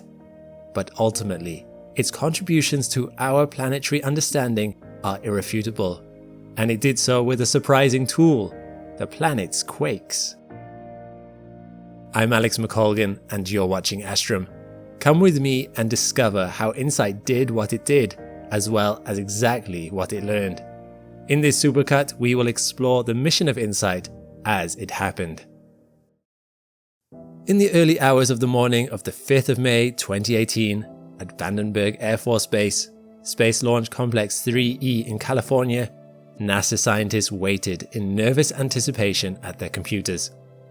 Outside in the darkness stood an Atlas V rocket, a nearly 60-meter tall, two-stage behemoth capable of lifting nearly 9,000 kilograms into geostationary orbit. Atlas V rockets like this one have launched dozens of times, but it's impossible not to feel a degree of nervousness with each new attempt. Last time this launch was scheduled, it had to be pushed by several months because of a vacuum leak involving the size instruments in its cargo. Over half the missions to Mars to this date had either never left the ground or failed once they arrived on Mars. Even at this stage, there is always a chance of something going wrong. The Atlas V was here to carry InSight, a lander tasked with uncovering Mars's inner structure by studying seismic vibrations. It was not the first lander to attempt this, but it hoped to be the first one to succeed. NASA had sent 2 prior missions to Mars with seismometers, Viking 1 and Viking 2. However, Viking 1's seismometer malfunctioned on landing and could not deploy, and while Viking 2's seismometer did manage to get readings, there was no way of telling whether what it read was a seismic vibration or just the wind. This degree of uncertainty made its readings less reliable. With InSight, NASA would attempt to close this potential source of error. The signal came. Scientists received their last weather reports. Launching a rocket is a risky business. Wind speed, cloud coverage, even solar weather can negatively influence a launch. All must be accounted for. But here, they were given the green light. InSight would be launched within the hour. InSight is a meter-high, 6-meter-long lander sporting 2 large solar panels in a similar design to the Phoenix lander. It comes equipped with multiple instruments for scientific research. It carries a seismometer with a windshield and a robotic arm that will place the sensitive instruments onto the flat surface of the Martian planet. With this, it will detect the vibrations caused by quakes in the Martian mantle or by meteor impacts. Through careful evaluation of the time delay between the various kinds of seismic waves from a single event, it will be possible for scientists to piece together Mars's inner structure with a greater degree of certainty than ever before. But that is not all. Attached is a suite of weather sensing equipment to eliminate any debate as to the source of the vibrations it was detecting, not to mention helping scientists to better understand the climate on Mars. And to give it an even greater understanding of the state of Mars beneath its surface, it carries a mole, a hammer-powered digging tool intended to burrow deep into the Martian soil and take temperature readings. A large drill would not be economical to carry, so this was thought to be a more efficient design. The better we understand the structure of Mars, the more we can learn about its formation, and with it, the formation of other rocky planets in our solar system, like our own. With InSight, we hope to learn if Earth is an anomaly in the solar system. Are many of the other planets like us? What does this say about our formation?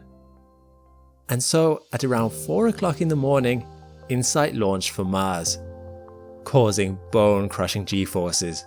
The first stage of the rocket burned for just 253 seconds before its fuel was expended and it detached. Then the second stage, Centaur, kicked in. This burned for another 14 minutes, which was enough time to reach escape velocity. InSight had been built to resist the strain. This first stage was a success, but now it would be time for the long trip through space. It would take another 6.5 months to travel across the 484 million kilometers between Earth and Mars. These months would be quiet, serene, and cold as it drifts through the star-studded vastness of space. InSight's arrival on Mars would be quite the opposite experience. It would be fast, hectic, and hot. InSight entered the atmosphere 125 kilometers up at almost 20,000 kilometers per hour. This generated a lot of heat, roughly 1,500 degrees Celsius. Fortunately, InSight's final stage came with heat shields that were able to absorb this blistering fury. And once the lander slowed down enough, the heat shields popped off and a supersonic parachute deployed, further slowing InSight down. Yes, Mars does have an atmosphere, although it is very thin compared to Earth's standards. With the speed InSight was traveling though, this parachute still made a big difference, although it wouldn't be enough by itself to stop the lander from smashing into the planet. But fortunately, InSight had planned for this. Unlike the Mars rovers, which just had giant airbags to bounce on landing, this spacecraft came equipped with its own rockets to land. So InSight's legs sprang into position, ready for landing. Once the parachute slowed it down enough, that too popped off, leaving just the lander itself. It then used its onboard rockets to carefully reach the surface. This whole process took place over the course of 7 minutes. It touched down successfully on the 26th of November 2018. Upon impact with the surface, the rockets kicked up a lot of dust.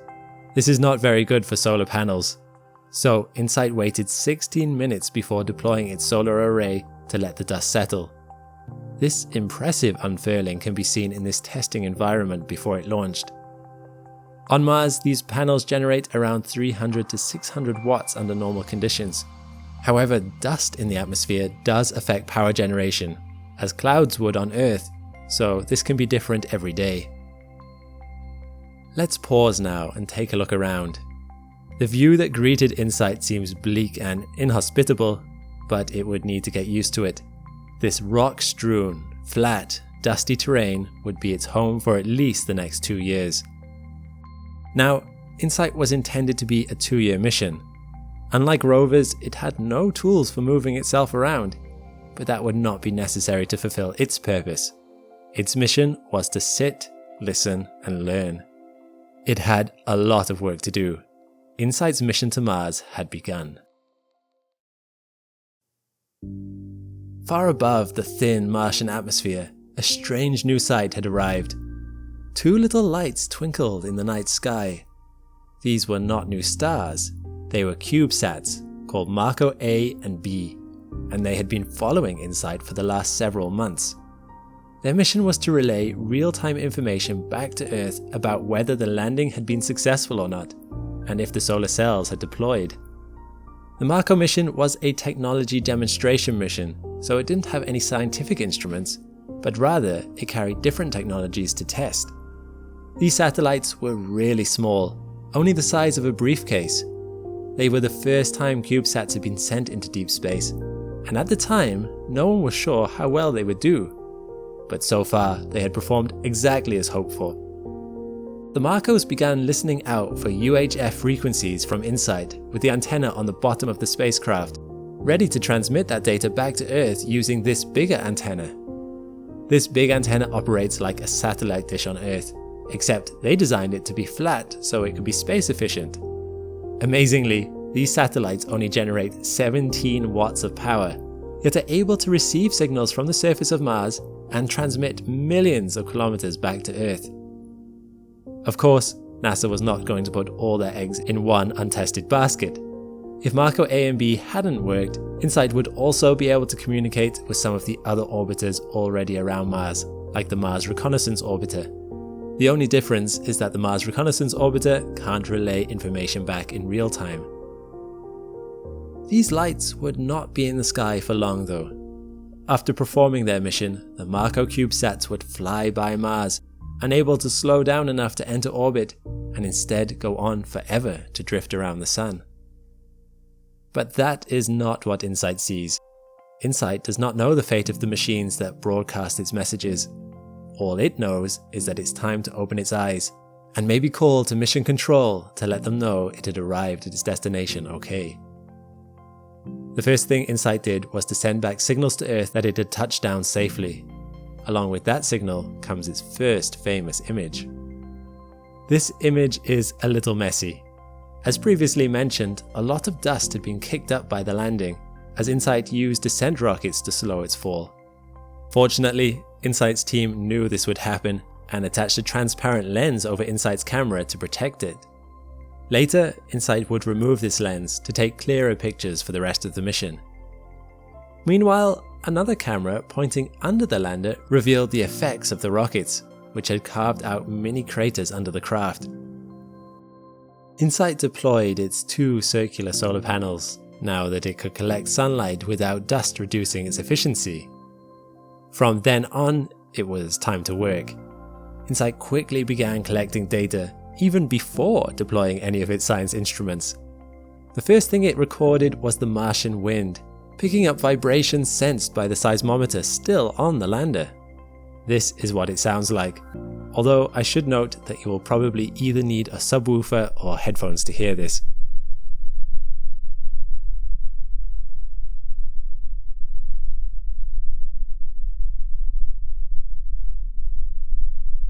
This has not been sped up.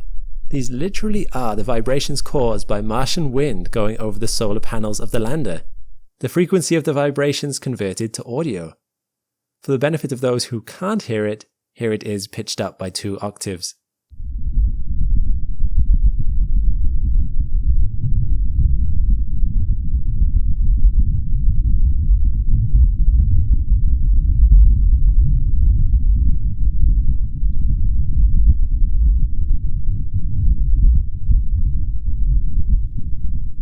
InSight can also detect changes in air pressure. Here is the air pressure changing as the wind blows across the lander. This audio has been sped up by a factor of 100 for it to be within human hearing range.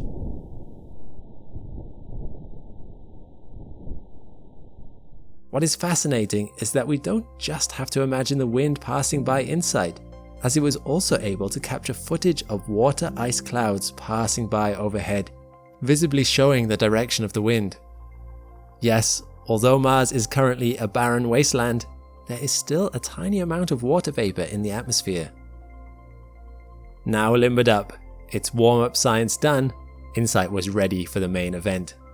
One of its primary missions on Mars was to listen out for seismic activity, but its seismometer, or SEIS, was still strapped down on InSight's body.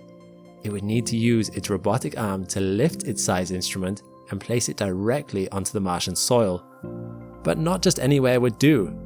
If it was going to settle in for a long 2 years of listening, InSight wanted to choose the best patch of ground. Something flat, with no rocks in the way, so its windshield could lie flush with the ground and provide a perfect sound barrier, providing a means for SEIS to collect its data uninterrupted. And it had a team to help it. Almost immediately after landing, InSight started collecting 3D images of its surrounding area in order to find the perfect spot to place the seismometer.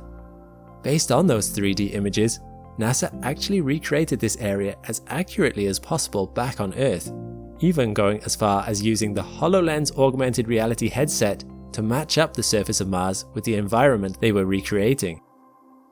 Once the perfect site was chosen, the go-ahead was given, and Insight carefully used its robotic arm to place the seismometer on the surface of the planet. From there, it began detecting Mars's faintest vibrations. Then it was time for the mole, and it was here that things started to go wrong. Insight's mole was a piton-shaped self-digging tool designed to dig up to 5 meters down into the Martian soil, taking temperature readings every 10 centimeters, and then extrapolating these readings to estimate the thickness of the Martian crust. A drill that could go this deep would have been too large and unwieldy to bring to Mars. The mole's internal hammer would get around this problem by hammering itself gently into the soil and having the dust of Mars fall into the hole it was forming to provide it with friction. Insight's mole could in theory reach the 5-meter depth. Insight's mole had been tested in conditions recreated to be as similar to Mars's dusty surface as possible, only on Mars itself it wouldn't dig. Unfortunately, the mole only got 30 centimeters into the dry soil of Mars before getting stuck. Scientists back on Earth scratched their heads. Had it hit a very hard rock, or was the soil simply not providing enough friction? Either way, the mole was now stuck, tilted at an angle before it had even fully exited its housing. Earth-based teams attempted to replicate the problem and look for a safe way to pick up the housing around the mole and maybe use the robotic arm to straighten its course. They had to be careful not to damage it though, as the robotic arm had not been designed for such a task. After many weeks of deliberation, they split the task and started removing the housing to better see what they were doing. Carefully, they coaxed off the outer housing, but it would be some time before further progress could be made. If friction was the problem, scientists were considering trying to use the robotic arm to push down on the soil right next to the mole, hopefully giving it the friction it needed to start digging deeper. It would take careful planning before this method could be attempted though. It was July 2019 when the housing was removed, 8 months after Insight's arrival on the planet. It would be another 3 months before their next move was enacted. Meanwhile though, things weren't all bad. Back in April, Insight had detected its first Martian quake, and this is what it sounded like.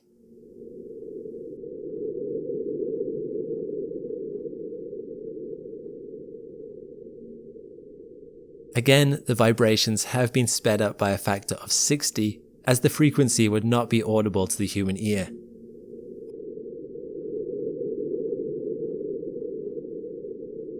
While data like this doesn't need to be converted to audio for scientists to use it, it is useful for us as laypeople so we can better grasp the data. What you will notice though is how sensitive the seismometer is. Even under the windshield, it can pick up vibrations caused by the wind.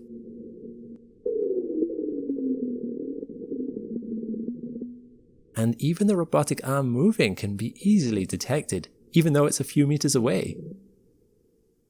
Detecting seismic activity is not all Insight can do. Insight was acting like a little weather station on Mars, with instruments detecting wind, air pressure, and air temperature.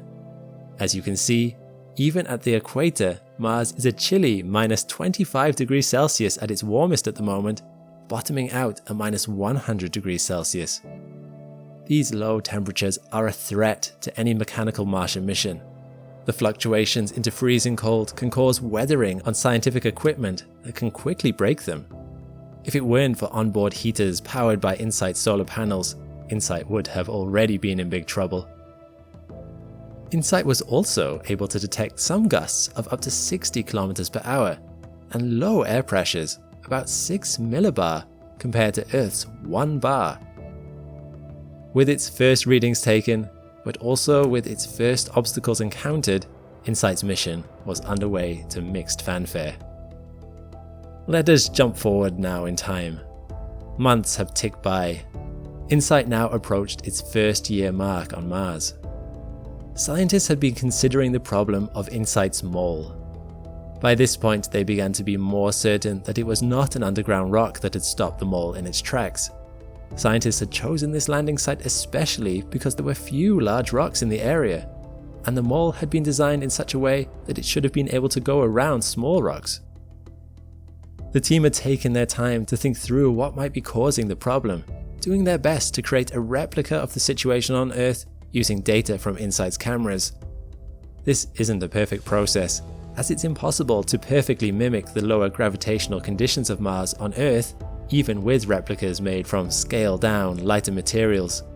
But by October 2019, they had figured out that the likely problem was indeed a lack of friction. When taking photos of the soil around the now exposed mole, they saw that the soil in this spot was different from what they'd been expecting. Although the surface you see here certainly appears loose and dusty, ideal for hammering-based digging, only a few inches deeper there appeared to be a layer of cemented soil known as duricrust. These particles of duricrust stick together more tightly, which means they won't fall into the hole the mole is creating, and thus weren't providing the friction necessary to dig deeper. Scientists hadn't realized that this type of soil was here when they picked the site for landing, as it had been hidden under the surface. But what to do about it? While InSight was equipped with a robotic arm, the top of the mole was not designed to be grabbed by this arm, so they couldn't just move it to another position. And as you can see here, there is a delicate cable designed to relay data from the mole back to InSight, which would be damaged if they just pushed down on the top of the pole with the arm. So, their first plan was to place the arm next to the digging mole, pinning the mole in place. Perhaps this would provide the friction necessary to get it started. Unfortunately, this proved to be not enough. The mole floundered in the dust, making no progress. Next, the team tried to scoop soil into the hole the mole had created. This also proved unsuccessful. More months ticked by, marking the time between each painstaking attempt. Finally, in October 2020, a full year and 8 months after the mole first started to dig, scientists attempted to push the top of the mole with the robotic arm. Although this did cause the mole to successfully bury itself, the hopes that this raised were soon dashed. Even when completely submerged by the ground, the mole would not go any deeper on its own. By the 14th of January 2021, the team gave up on the mole altogether. Although they still felt they'd learned valuable information for future missions about the nature of Martian soils. I think they'll have a new respect for duricrust going forward. Fortunately, InSight's other scientific equipment had been working much more effectively during this time. SEIS, the seismometer, was doing a much better job of providing a glimpse into Mars's inner workings. SEIS had been listening to the sounds of Mars for over 2 years by this point, and had detected over 500 different seismic events. Mars does not have tectonic plates like Earth, but it does have volcanic regions that produce quakes from time to time. And quakes produce different types of vibrations, such as P waves and S waves, that travel through the mantle at different rates. By timing the difference between when these waves arrive and listening out for their echoes as the vibrations bounce off the inner layers of Mars, it can be possible to work out Mars's internal structure, as well as learn other fascinating insights. Scientists by this point had learned 3 interesting things from all this data. First, Mars tends to have frequent but small quakes, none more powerful than magnitude 3.7. Scientists were surprised that they detected nothing more powerful given how frequently smaller quakes were happening. Perhaps Mars was more static than was expected, or perhaps they simply hadn't been lucky enough to witness a big one. It was too early to tell for certain. Second, the wind hides quakes. Because SEIS is so sensitive, even with its windshield, it could hear the vibrations caused by the wind, and sometimes this masked the vibrations of small quakes, like static on a radio. During the windier part of Mars's yearly cycle, the number of quakes appeared to go down. This was likely just because SEIS wasn't detecting them. To counter this interference, scientists formulated a plan to bury parts of the seismometer using the robotic arm scoop, as this might reduce the interference from the wind. Finally, and strangely, Mars quakes do not have surface waves. All quakes create waves. 2 of the main types, primary and secondary waves, travel through the mantle. However, normally there are also surface waves that run along the surface of the planet crust. And for some reason, these were not being detected on Mars. Scientists are still not quite sure why, but wonder if this is evidence of extensive fracturing of the upper 10 kilometers of Mars's crust, which might be diffusing the waves. To find out more, it would be necessary to wait and collect more data. However, this is more difficult than it sounds. After 2 years, time was no longer on InSight's side. InSight had reached the end of its expected mission duration, and amazingly was internally still going strong. However, an external problem had arisen: dust. Little by little, fleck by fleck, dust had built up on InSight's 2 solar panels, the 2 solar panels that provided life-preserving power to its onboard heaters. InSight had no machinery to clean its own solar panels. Scientists had hoped that dust devils would blow away this dust in cleaning events, but although some dust devils had been detected, so far, by bad luck, none had passed over InSight. By February 2021, InSight was now only collecting 27% of its potential power intake. Choked of energy-giving sunlight, InSight was beginning to feel its age. Its spirit was willing, but its power reserves were weak. Faced with this, scientists had to navigate a delicate juggling act. They needed to decide where to send InSight's dwindling power reserves: to the arm, to the size reader, the radio, or the vital heaters that kept InSight alive. And by February, Mars was entering its winter period, as well as aphelion, the time in Mars's year when it's furthest away from the sun, and the furthest from its precious source of power. There was only one thing they could decide. They had to settle InSight down to hibernate, using its power mostly to keep its circuitry safe and warm. They hoped that come July, as Mars gets closer to the sun again, InSight could bring its other equipment back online. Hopefully, a cleaning event would come along and the science could continue. Spring arrived. InSight awakened from its hibernation, but as it powered up its scientific systems, it still felt weak. The dust on its solar panels remained and was only getting thicker. InSight was faced with its own mortality, the growing realization that it would never get better or be at its prime again. But in spite of its diminishing power, NASA had been so impressed with InSight's data collection that they extended InSight's mission for another 2 years. InSight rose to the task. With limited time left to it and the end nearing, it threw itself into its task. Up until this point, no quake larger than a 3.7 mag had been detected. If InSight could find something like that, it would be the crowning jewel in the data it had collected. But it wouldn't be easy lasting long enough. At the start of the mission, InSight's panels were capable of producing 5,000 watt-hours each Martian day. Now, they were only producing 500 watt-hours, about enough to power an electric oven for 10 minutes. It was now a race against time to find that last big quake before InSight powered down forever. Back on Earth, its team had its back. Scientists were keen to buy InSight that little more time that it needed to hopefully find that quake. And in early July 2021, they struck upon a seemingly crazy idea. How could you remove dust from solar panels when you only had a large, clunky robotic arm with a scoop?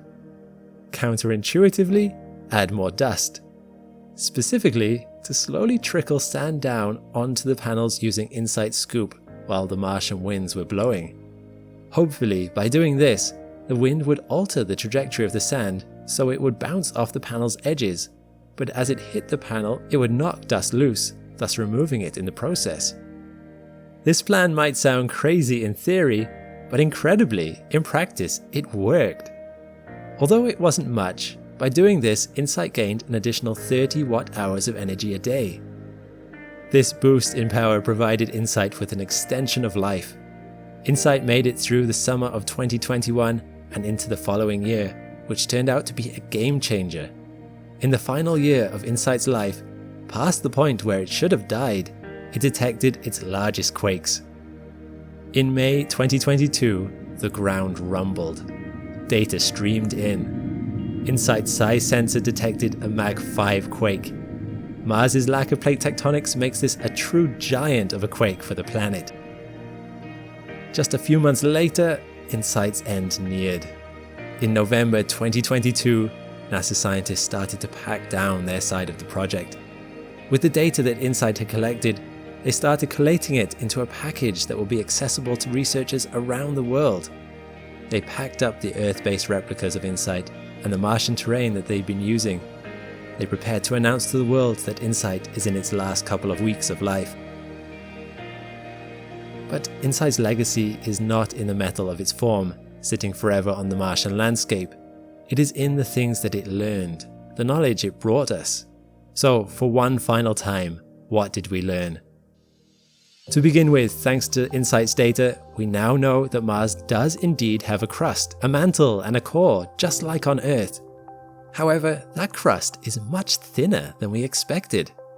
It contains 2 to 3 sublayers and descends 20 to 37 kilometers deep, compared to the Earth's, which can have a thickness of 70 kilometers. Its mantle is not as hot as scientists previously believed, and descends a further 1,560 kilometers. Finally, its core is larger than scientists thought, with a radius of 1,830 kilometers. Surprisingly, it is also less dense than expected. This has led scientists to predict that it is not simply made of nickel and iron, like the Earth's core, but that it contains lighter elements like carbon, oxygen, sulfur, and hydrogen. This is a fascinating insight. It explains why the core of Mars is still molten. Much like salt's ability to reduce the freezing point of ice, which is why you see grit thrown on roads in colder weather, these lighter elements reduce the freezing point of Mars's core. It also points to the origin of the planet. These light elements must have been collected into Mars in the very earliest periods of the solar system's history, as by the time Earth was formed, these elements were not around in as great a quantity, explaining why Mars's core has them and ours doesn't. They were also found further out, indicating that Mars must have been brought closer into the Sun's gravity as time progressed, before finding the stable orbit it navigates along today. It confirms that during the early formation of Mars, all the cosmic dust that came together must have heated up and become molten, thus allowing the heavier core metals to easily sink into the planet's center. During this period, or soon after it, Mars began to experience its dynamo effect. Mars today only has a weak magnetic field compared to Earth's. Most of this field is left over as residual traces of magnetism locked into many of Mars's surface rocks. However, back in its early formation 4 billion years ago, Mars's moving metals in its core created a massive dynamo, imbuing these rocks with their magnetism. When the planet cooled, hot materials were not able to move about as quickly as they needed to keep the dynamo going. In time, Mars's dynamo ceased to be. Thanks to the data provided by InSight, scientists will have a much better idea of the timescales involved in this dynamo. This is relevant because when we talk about magnetic fields and dynamos, those can affect what the atmosphere was like. And once we understand that, we'll have a clearer picture of Mars's early habitability. InSight might give us an idea of the time period when life was most likely to form on Mars. InSight has given us an incredible amount of raw data, including a fascinating comprehension of Martian weather patterns. Yet there are still many mysteries. Even though we now know the rough dimensions of Mars's inner structure, InSight's findings have actually disproved some previously existing theories. For instance, under a particularly volcanic region on Mars's surface, known as Tharsis, home of Olympus Mons, a volcano 2.5 times as tall as Mount Everest, there exists a hot spot of magma that feeds the volcanic processes we see in this region. Due to the absence of plate tectonics, it was unclear what was causing this hotspot, which seems to have been present, unmoving, for billions of years of Mars's history. Scientists originally thought that this hotspot was being fed by a lower mantle, but it turns out that Mars does not have a lower mantle. As such, it is back to the drawing board to explain what is causing this phenomenon. Still, these are the sorts of questions and discoveries that drive scientific endeavor. And the discoveries that InSight has given us will inform future missions for decades to come. Scientists will pore over the data, analyzing P waves and S waves, attempting to find patterns and meaning in the sounds of Mars's rumbling heartbeat. And who knows how much more we will discover as a result of this successful mission. If more comes in, I will keep you posted. But now that insight has powered down, as it closed its eyes on the scattered clouds and dusty plains of Mars, I hope that it can rest easy. In spite of its challenges and the ups and downs, it did what it came there to do. Considering it's only 22 kilometers across, Phobos is one very interesting moon. It orbits closer to its planet than any other moon in the solar system. Its orbit takes it so close to Mars, only 6,000 kilometers from the planet's surface, that it orbits the planet faster than a Martian day. In fact, standing on Mars, you'd see Phobos rise and set twice in one day. It's so close to the planet that you must be standing near the equator to see it.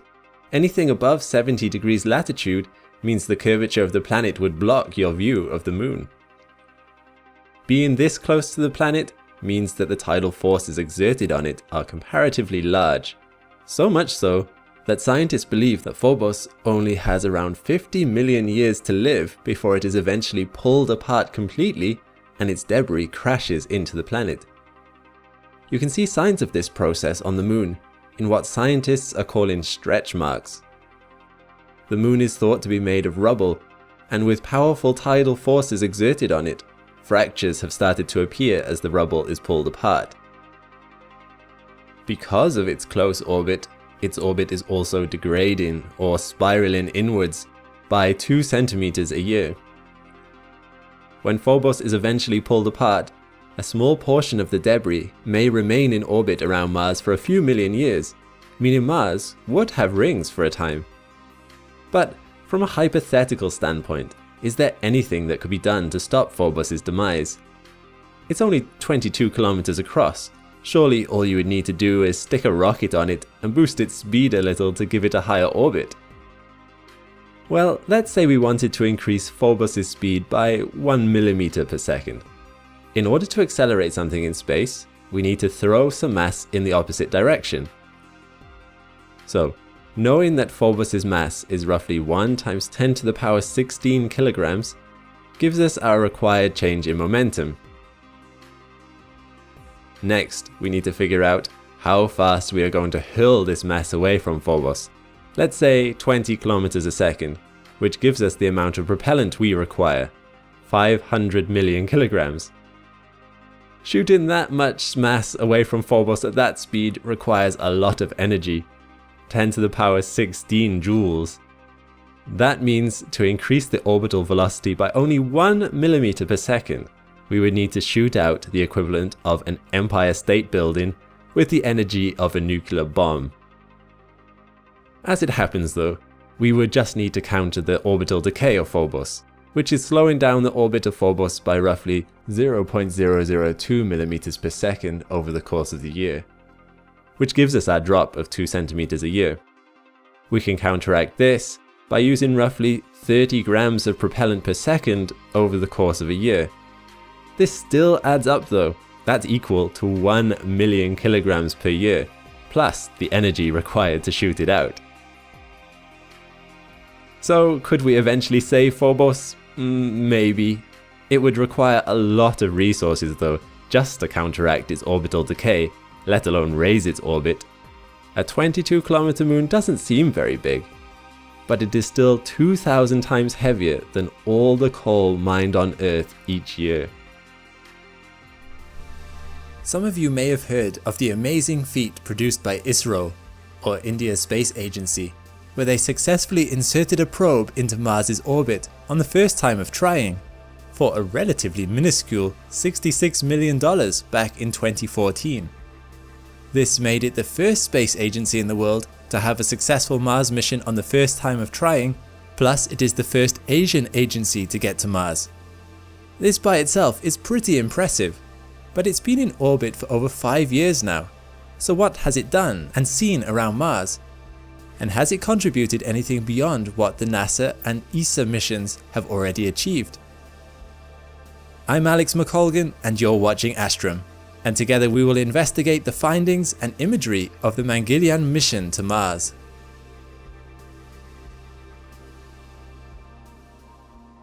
McColgan launched from India in 2013 on board an ISRO rocket designed to insert satellites into orbit around Earth. As the rocket didn't have the thrust needed to get McColgan to Mars, the probe had to use some of its own fuel to leave Earth orbit, which it achieved gradually over several orbits. Upon arriving at Mars, it was inserted into a highly elliptical orbit. At its furthest point, McColgan is almost 80,000 kilometers from Mars, and its closest approach takes it only 420 kilometers above its surface. This orbit is much different from NASA's Mars Reconnaissance Orbiter, which remains close to the Martian surface in order to image the surface at a much higher resolution.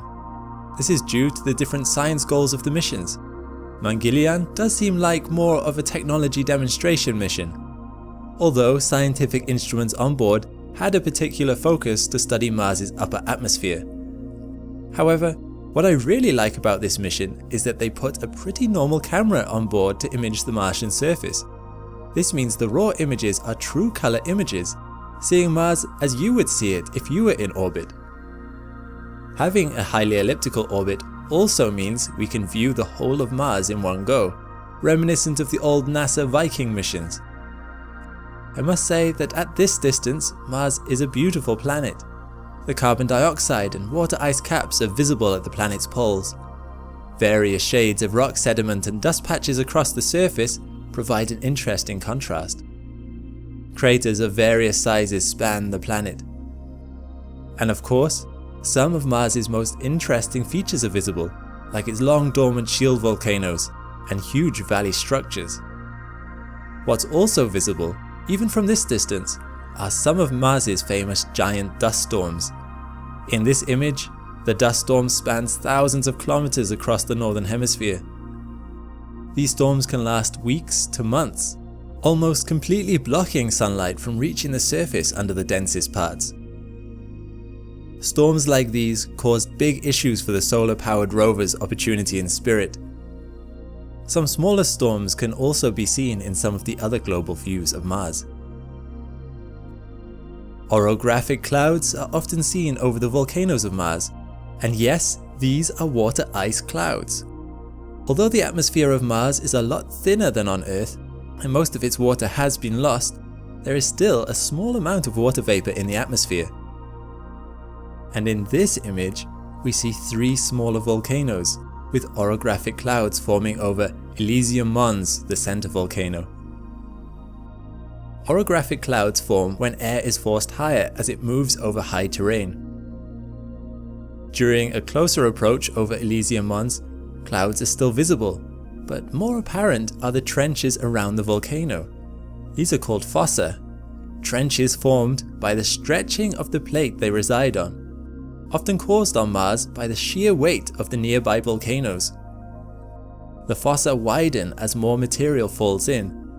Think of it like a series of connected sinkholes on Earth, but instead of material being eroded under the surface causing the pit to open up like on Earth, on Mars the cause is due to a fault under the surface, sometimes up to 5 kilometers deep. A close-up examination of one of the fossa reveals something interesting. Right in the middle of this image, you can see what appears to be a tall, wavy structure. McColgan inadvertently captured a giant dust devil, the shadow of which stretches out for several kilometers. Once you notice that one, you'll realize there's actually a few in the image, each with a long, windy shadow. Orographic clouds have also been seen over Olympus Mons, the tallest volcano in the solar system.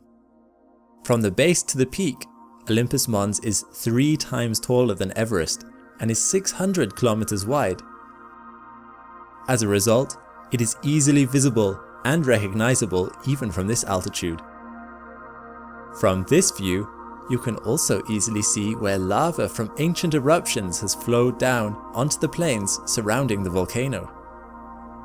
Looking a bit further across, you see 3 more big shield volcanoes, with a few smaller ones to the north. You'll also start to notice this weird patch, which looks almost like a labyrinth, aptly called Noctis labyrinthus. In a similar vein to the Elysium fossa, Noctis labyrinthus is thought to have formed because of the huge volcanoes to the northwest, but this time perhaps due to collapsed magma chambers deep under the surface. Research is ongoing. Connected to Noctis labyrinthus is the famous scar of Mars, Valles Marineris. What I really love about these images is that, just like the Viking missions, water ice fog can be seen filling the chasm. This valley is 4,000 kilometers across, and channels seem to flow out of it to the east into chaos regions, similar but smaller than Noctis labyrinthus. This hemisphere of Mars is lower than the rest, which indicates these outflow channels, which do look a lot like river channels on Earth, flowed into a once ocean. Ground-based rovers have since uncovered further evidence for this ocean, finding hydrated minerals in these regions. Another really interesting visual landmark on Mars is Kasai Valles, north of Valles Marineris. Again, this shows a very interesting outflow channel, starting in the east and flowing to the west, depositing into the same region but further north as Valles Marineris in the south. Most scientists propose these channels are carved out by mega flooding events in the distant past, when liquid water was abundant on the Martian surface. There's also some argument that glaciers carved out these channels. In fact, there are a lot of outflow regions heading into this once ocean. Here's Ares Vallis, again probably carved out by mega flooding events. All these channels are too wide to have supported a constant river system, at least at this size. A very large yet odd crater-like structure can be seen from the McColgan images. This is Orcus Patera, 380 kilometers long at its longest point. Scientists are a bit baffled about how this could have formed. Craters are always circular, plus Orcus Patera isn't very deep at only 500 meters. Volcanic activity could be a cause, but there's no caldera. And so there have been no theories that scientists can settle on so far. What do you think it could be? Some of the images focusing on the limb of the planet have also been able to see Mars's atmosphere, which I think is quite beautiful. Some very oblique shots can even see a cloud layer high in the Martian atmosphere. And due to McColgan's ecliptic orbit, sometimes Mars's moon Phobos comes between the planet and the probe, imaged here against the backdrop of the planet. The last thing I want to showcase in this video is the prevailing wind direction on some parts of the planet. Even though we are quite zoomed out by here, in this image, showing a few thousand kilometers across, we can easily see where craters have blocked the darker dust from moving across the surface with the wind. The wind direction in these parts must have been like this for a while for it to be so noticeable from space. A closer look at the surface shows how this effect can happen with smaller craters too. The Mars Reconnaissance Orbiter has been orbiting Mars for 10 years already. On board the spacecraft is a very special scientific instrument called the HiRISE camera. It turns the spaceship into a scanner, imaging the surface of Mars in incredible high definition and detail. The camera it uses is not like a conventional camera, which captures everything in a set frame. Instead, it's like a photocopier that scans an image line by line. This is especially convenient for an orbiter, as it is moving around the planet anyway. HiRISE has taken some of the most stunning images of another celestial object I have ever seen. I wanted to do a bit of a different video, investigating HiRISE's true color images while explaining what it is you are looking at. Today's video will focus on the polar regions of Mars. I'm using Google Earth so you can see where each image was taken. Google Earth surprisingly also has the Moon and Mars included. The first image is found near the North Pole, near a group of sand dunes. Coating these dunes are the closest thing to snow you're gonna see on Mars. This is actually a frost made of carbon dioxide. You see, most of Mars's atmosphere consists of carbon dioxide. And because Mars can get much colder than Earth, and with a much lower air pressure, it means during the winter on Mars, some of this atmosphere condenses onto the surface. It's very similar to how water vapor freezes as frost on a cold night on Earth. However, the frost on Mars is seasonal, and when spring comes around, the CO2 will sublime back into the atmosphere. This is the process of a solid turning straight back into a gas. The next image is found in a crater near the South Pole.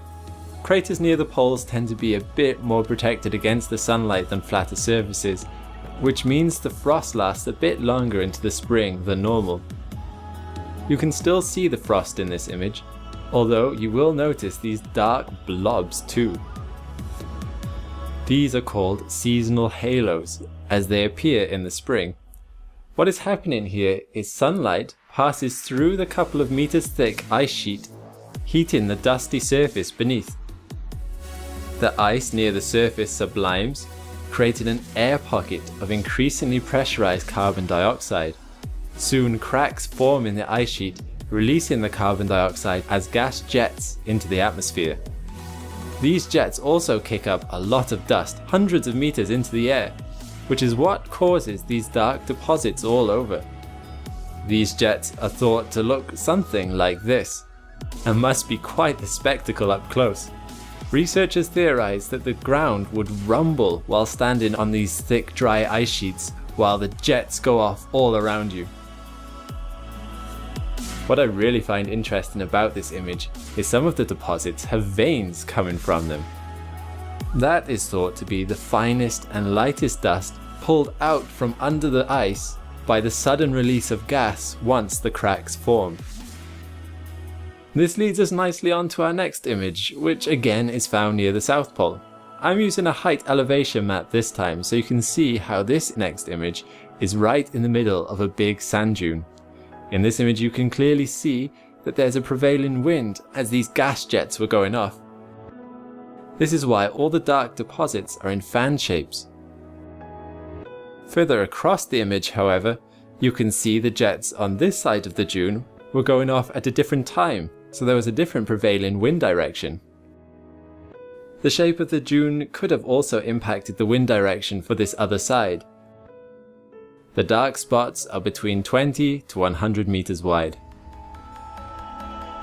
In this image we are in the southern hemisphere again, but this time a little higher north. Because we are further away from the pole, there is not as much of a permanent frost throughout the year. When the ice is present, it looks very thick, even appearing blue at some points. Contrast that to the same crater, but about 2 Earth years later, and you can see the sand dunes that were hidden under the ice. With both images overlapping each other, you can really see what seasonal variations do to the surface of Mars. And what video about the polar regions of Mars would be complete without a look at the polar ice caps? These permanent features are here for the whole Martian year and are extremely thick, a few kilometers thick in some places. These patterns form with sublimation of dry ice during the polar summer. Under the dry ice is much more stable water ice, which does not melt all year long. The Mars Reconnaissance Orbiter has been very busy during its 10 years in orbit around Mars. One of its specialized instruments, called the HiRISE camera, has been imaging huge portions of the surface of Mars in incredible high definition. I'm Alex McColgan and you're watching Astrum, and today we're going to be focusing on what it has seen over Valles Marineris, Mars's giant scar. This canyon is seriously deep, 7 kilometers deep in some parts, and extremely long at over 4,000 kilometers. It starts with Noctis Labyrinthus to the west, a large maze of spectacular canyons, and ends to the east in what appears to be an outflow channel, perhaps emptying into a once ocean. This is especially evident with the MOLA altimetry map. First of all, I want to give you some scale for these images, and also the size of the canyon walls of Valles Marineris, as saying 7 kilometers deep offhand doesn't really give you a sense of how big this canyon really is. This black and white image of the plains above the canyon wall is 5 kilometers across, and zooming in, the color image is 1 kilometer across. That's the scale I'll be using throughout this video. Now have a look at this. Approaching the drop, we start rapidly descending down into the canyon. Layers of bedrock can be seen extruding from the dust, notably a different color, indicating they are made of different things. The further down we go, the more colorful the bedrock gets. Incredibly, the wind's erosion at this point can be seen, as well as trails of boulders that have fallen down and left a path in the dust. And finally, the canyon levels off, although this isn't actually the bottom. Seeing this for the first time pretty much floored me. It is unbelievably impressive. But let's have a look at what else Valles Marineris has in store for us. Here is a cliff face along the side of Ganges Chasma, where weathering from wind erosion can be seen acting on the cliff face, exposing the dark and hard lava flow layers sticking out from the dust. A mineral deposit can be seen on the plains here, on top of this section of the cliff face that looks like it could fall at any moment. Interestingly, we can compare these jagged and rough layers to some smooth yet resistant layers further up in the image. These could be sediments laid down by water activity that were more resistant to erosion than the surrounding dust. Going further along, we find a lot more of these lighter mineral deposits along the walls. But what can you find at the bottom of the canyon? Well, you may have seen something similar to this on Earth. Sand dunes sweep over the canyon floors, but not sand as we know it. We are used to silica-rich sand, which produces the light yellow or orange color that we know. Martian sand in this area is rich in iron and magnesium, which makes it much darker. Looking at another section of the canyon floor, this time in a region called Noctis Labyrinthus, we find these patches of dunes, but everything has an odd green tint. This isn't just a funny angle of the sun, but it is thought that the ground is made of clay here. It looks like the sand dunes have filled ditches in the ground here. This is particularly evident when you see the little craters that are dotted around filled with sand. Moving on to another region in Noctis Labyrinthus, we find dark minerals on light-coloured sand dunes. And even a small crater here. Until we get to this curious-looking oddity. What we are looking at here, just to help you visualize it, is a mesa. A raised bit of land with a flat top. This mesa is only small, at 400 meters wide, but quite a few are found at the bottom of Noctis Labyrinthus. Just to show how varied the landscape around here can be, have a look at this beautiful view. You'll notice more clay around here, but you also have these much brighter patches of ground.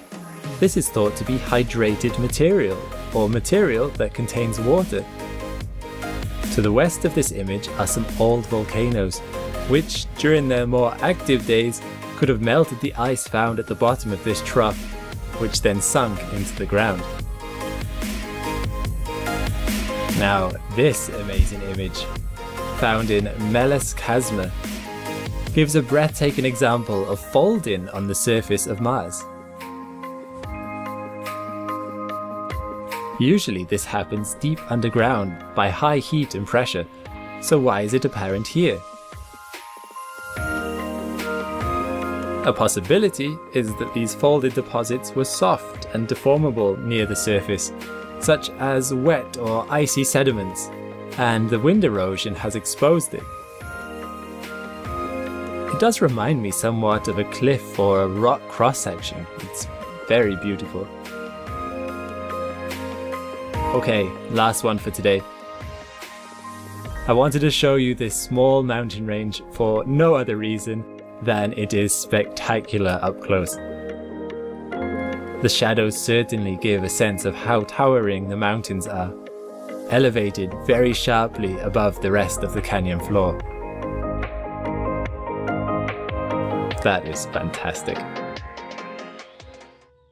NASA's Mars Reconnaissance Orbiter has been imaging the surface of Mars for over 10 years now, with its powerful high-rise camera.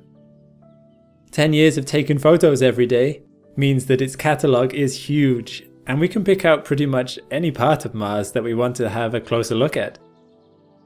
Today, I thought it would be really interesting to investigate the sand dunes on Mars and see how they compare to the wonderful sand dunes we have on Earth.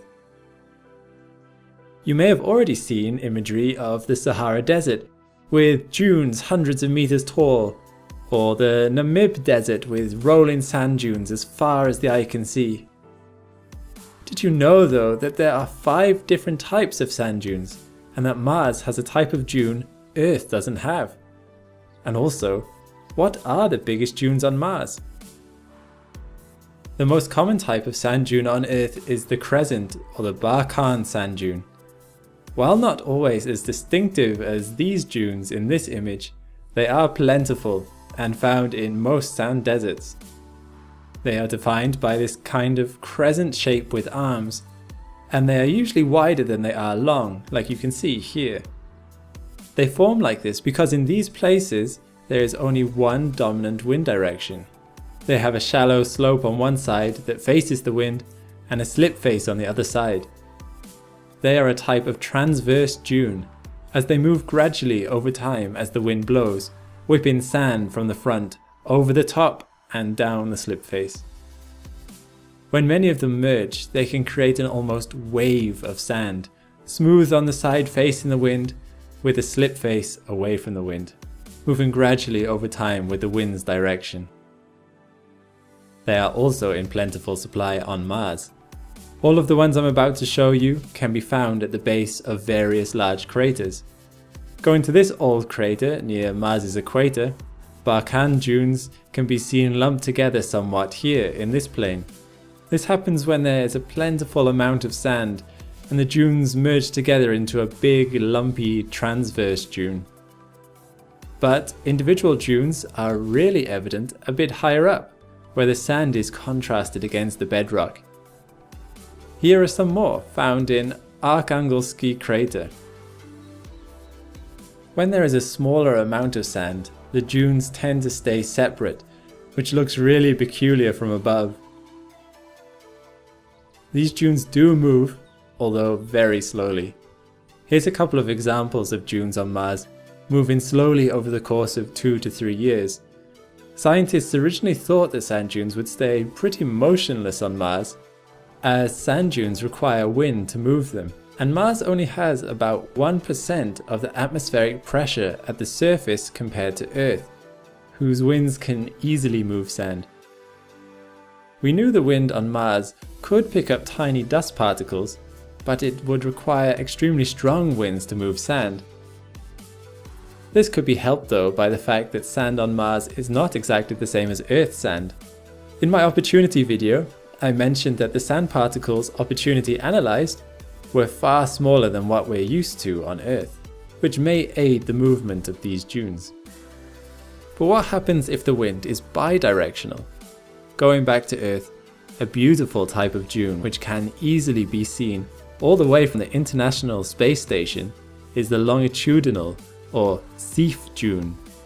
Sif is the Arabic word for sword, which describes these dunes nicely as they are long and narrow. These linear dunes can be hundreds of kilometers long and are often found in parallel sets, separated by gravel or rocky corridors. These occur where wind directions can flip over, meaning that these ridges have a slip face on either side of the dune, making them appear quite sharp. Sif dunes also appear on Mars, and in my opinion, the most beautiful example of it can be found here. Again found at the bottom of a crater, these dunes look remarkably similar to each other, including this dusty band found on each one. Although we're not totally sure how they form, One leading theory is that they are the result of wind directions changing around Barkhan dunes. In this image, some Barkhan dunes seem to be mid-process of forming into Seif dunes. It's a really pretty image that seemingly tells a story. To our right here, we have a mesa being eroded, feeding sand into the valley below. Then you have these beautiful examples of Barkhan dunes, which show the step-by-step process of becoming Seif dunes. Another spectacular example of this, a bit further into the process, can be found here. The contrasts of the different materials in the image are stunning. And the dark sections are the sand dunes merging together. The third type of dune is the dome dune. Typically, these are not very big on Earth, usually only a few feet high. They have no slip face, they are smooth all over, hence the name. They are quite rare, and usually found in and around other types of dunes. And yes, these are also found on Mars. Here's a field full of domes, a few of which can be seen starting to cross over into Barkhan dunes. And in this impressive expanse of dunes, and I really do mean an expanse as these dunes continue on way beyond this image. You have wobbly lines of dunes with domes on the end of them. These domes seem to be much bigger here than they are on Earth. The domes here tens of meters across. This field is indicative of a change in wind direction, as the lines are nowhere near as straight as in some of these previous images. The fourth type of dune is a parabolic dune, which is the opposite of a Barkhan dune, meaning the slip face is on the other side compared to a Barkhan dune. These occur near coastal regions and form the way they do because something, often vegetation, anchors the arms of the dune in place. Lack of vegetation on Mars means it's a bit tricky to find parabolic dunes. The closest thing I found is this beautiful image, a dune wrapped around a large mound in the middle. The dune is clearly moving from left to right in this image, and you can even see the shadow of the slip face just by here on this side. The existence of this dune is heavily influenced by the size and shape of this mound, funneling wind along its walls. The fifth and last type of dune is the biggest type, the star dune. This is a dune where wind direction changes frequently, meaning the dunes in this region have 3 or more arms and are often stationary, just building up over time. This impressive image is the Sahara Desert as seen from the ISS, and it is full of star dunes. The scale of these dunes truly is impressive. Zooming in, you'll realize that these dots are people. And of course we have star dunes on Mars. Some are small, a collection of dunes merged together, but others are massive, like these found in Russell Crater, which reach far beyond this image. As this image is found nearer the poles, carbon dioxide ice can form on these dunes. During the Martian spring, the carbon dioxide sublimates, which dislodges loose material, leaving these streaks. Moving to another image, again near Mars's pole, we find one of the most beautiful images of Mars I have ever seen. This image was taken just as the sun was either rising or setting, meaning a lot of the image is shadows cast by dunes. I love this as it provides a sense of depth to the image. These again are big star dunes, with their individual arms reaching out for kilometers. There's one last thing I want to talk about the dunes of Mars. Have you ever been to the beach and seen sand ripples like these? These are actually a type of transverse dune, forming perpendicular to the direction of the water waves as they flow over the sand. much like larger scale transverse dunes caused by the wind. Mars has these ripples too, but they are much, much bigger than what you would find on Earth, with a meter or two between the ripples. This size makes it difficult to see from space, but luckily we have another rover on hand, Curiosity, seen here in this image, to take this remarkable photo of them. Scientists didn't even know this type of dune existed, and it is a fitting reminder that although Mars may appear quite familiar to us, it is still a world full of secrets and unexplored facts, and there is still so much we can learn from it. Mars is littered with craters. Although Mars has an atmosphere, this atmosphere is very thin, meaning even small meteors manage to impact the surface before they burn up. The high-rise camera on board NASA's Mars Reconnaissance Orbiter has been able to image a lot of these craters in exquisite detail, meaning we can examine craters on another planet like never before. I'm Alex McColgan, and you're watching Astrum, and together we will look at some of Mars's most interesting craters, and I'll explain what it is you are looking at.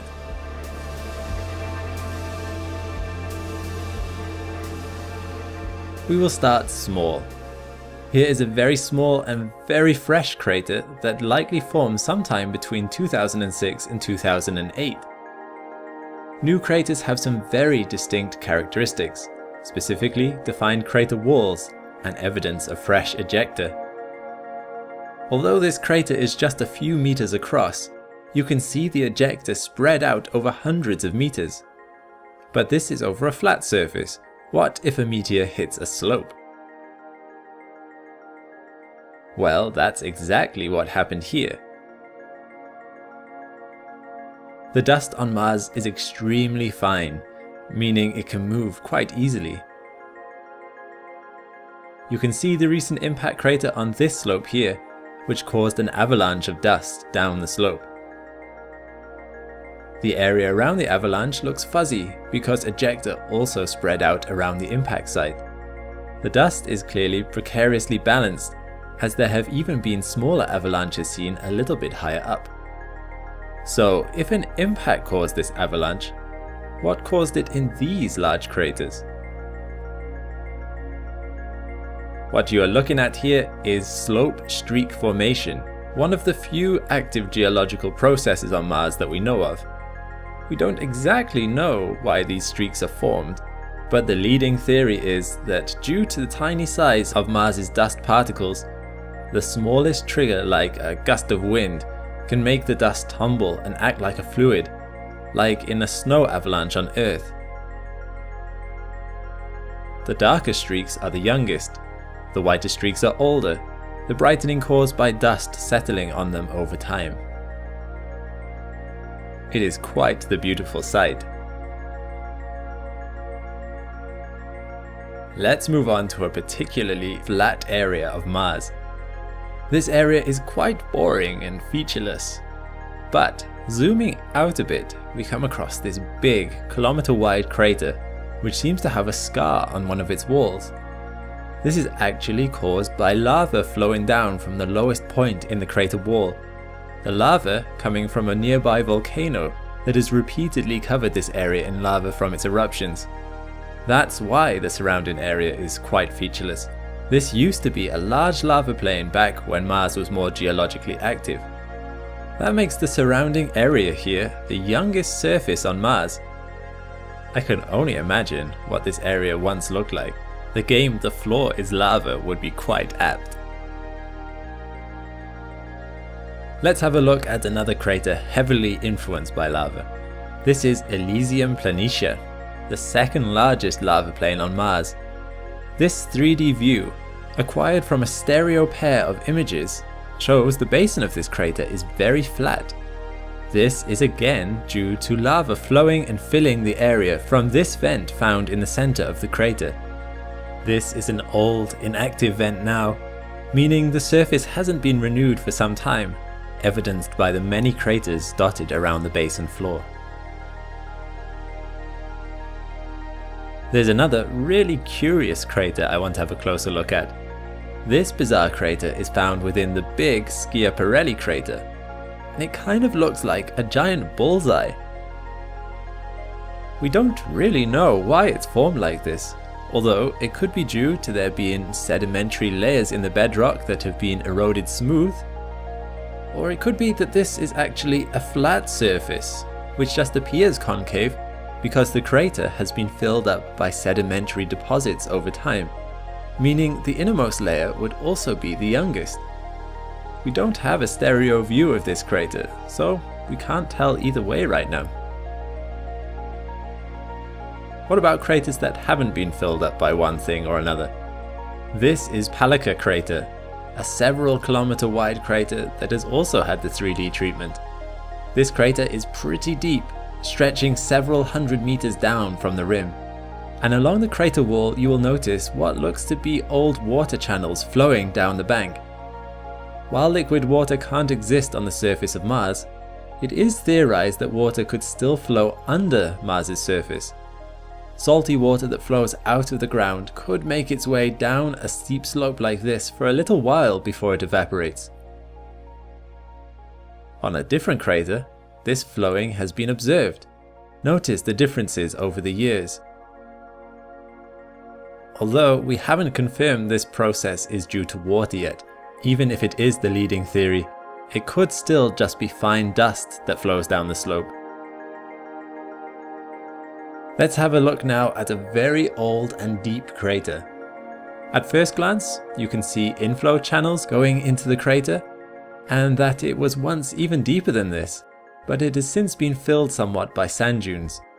Zooming in, we can see the sedimentary layers near the crater walls. Had this crater not been filled in by sand, perhaps it would resemble the previous crater we looked at in Schiaparelli. Somehow this crater's age just makes it look even more impressive. For the last crater we'll look at today, we'll have a look at another 3D view.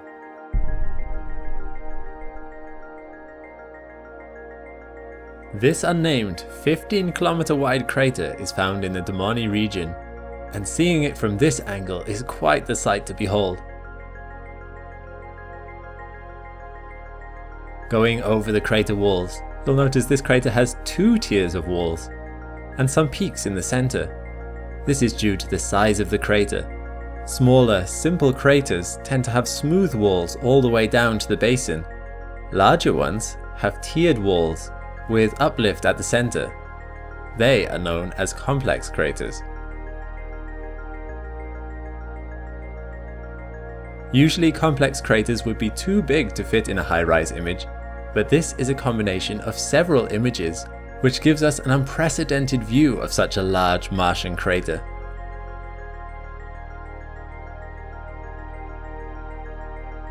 Coming closer to the crater walls, you'll again notice these water channels coming down the side.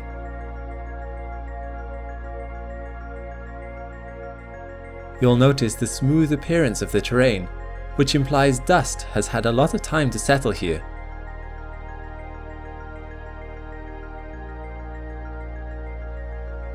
So, there you have it, some of the most interesting craters on Mars.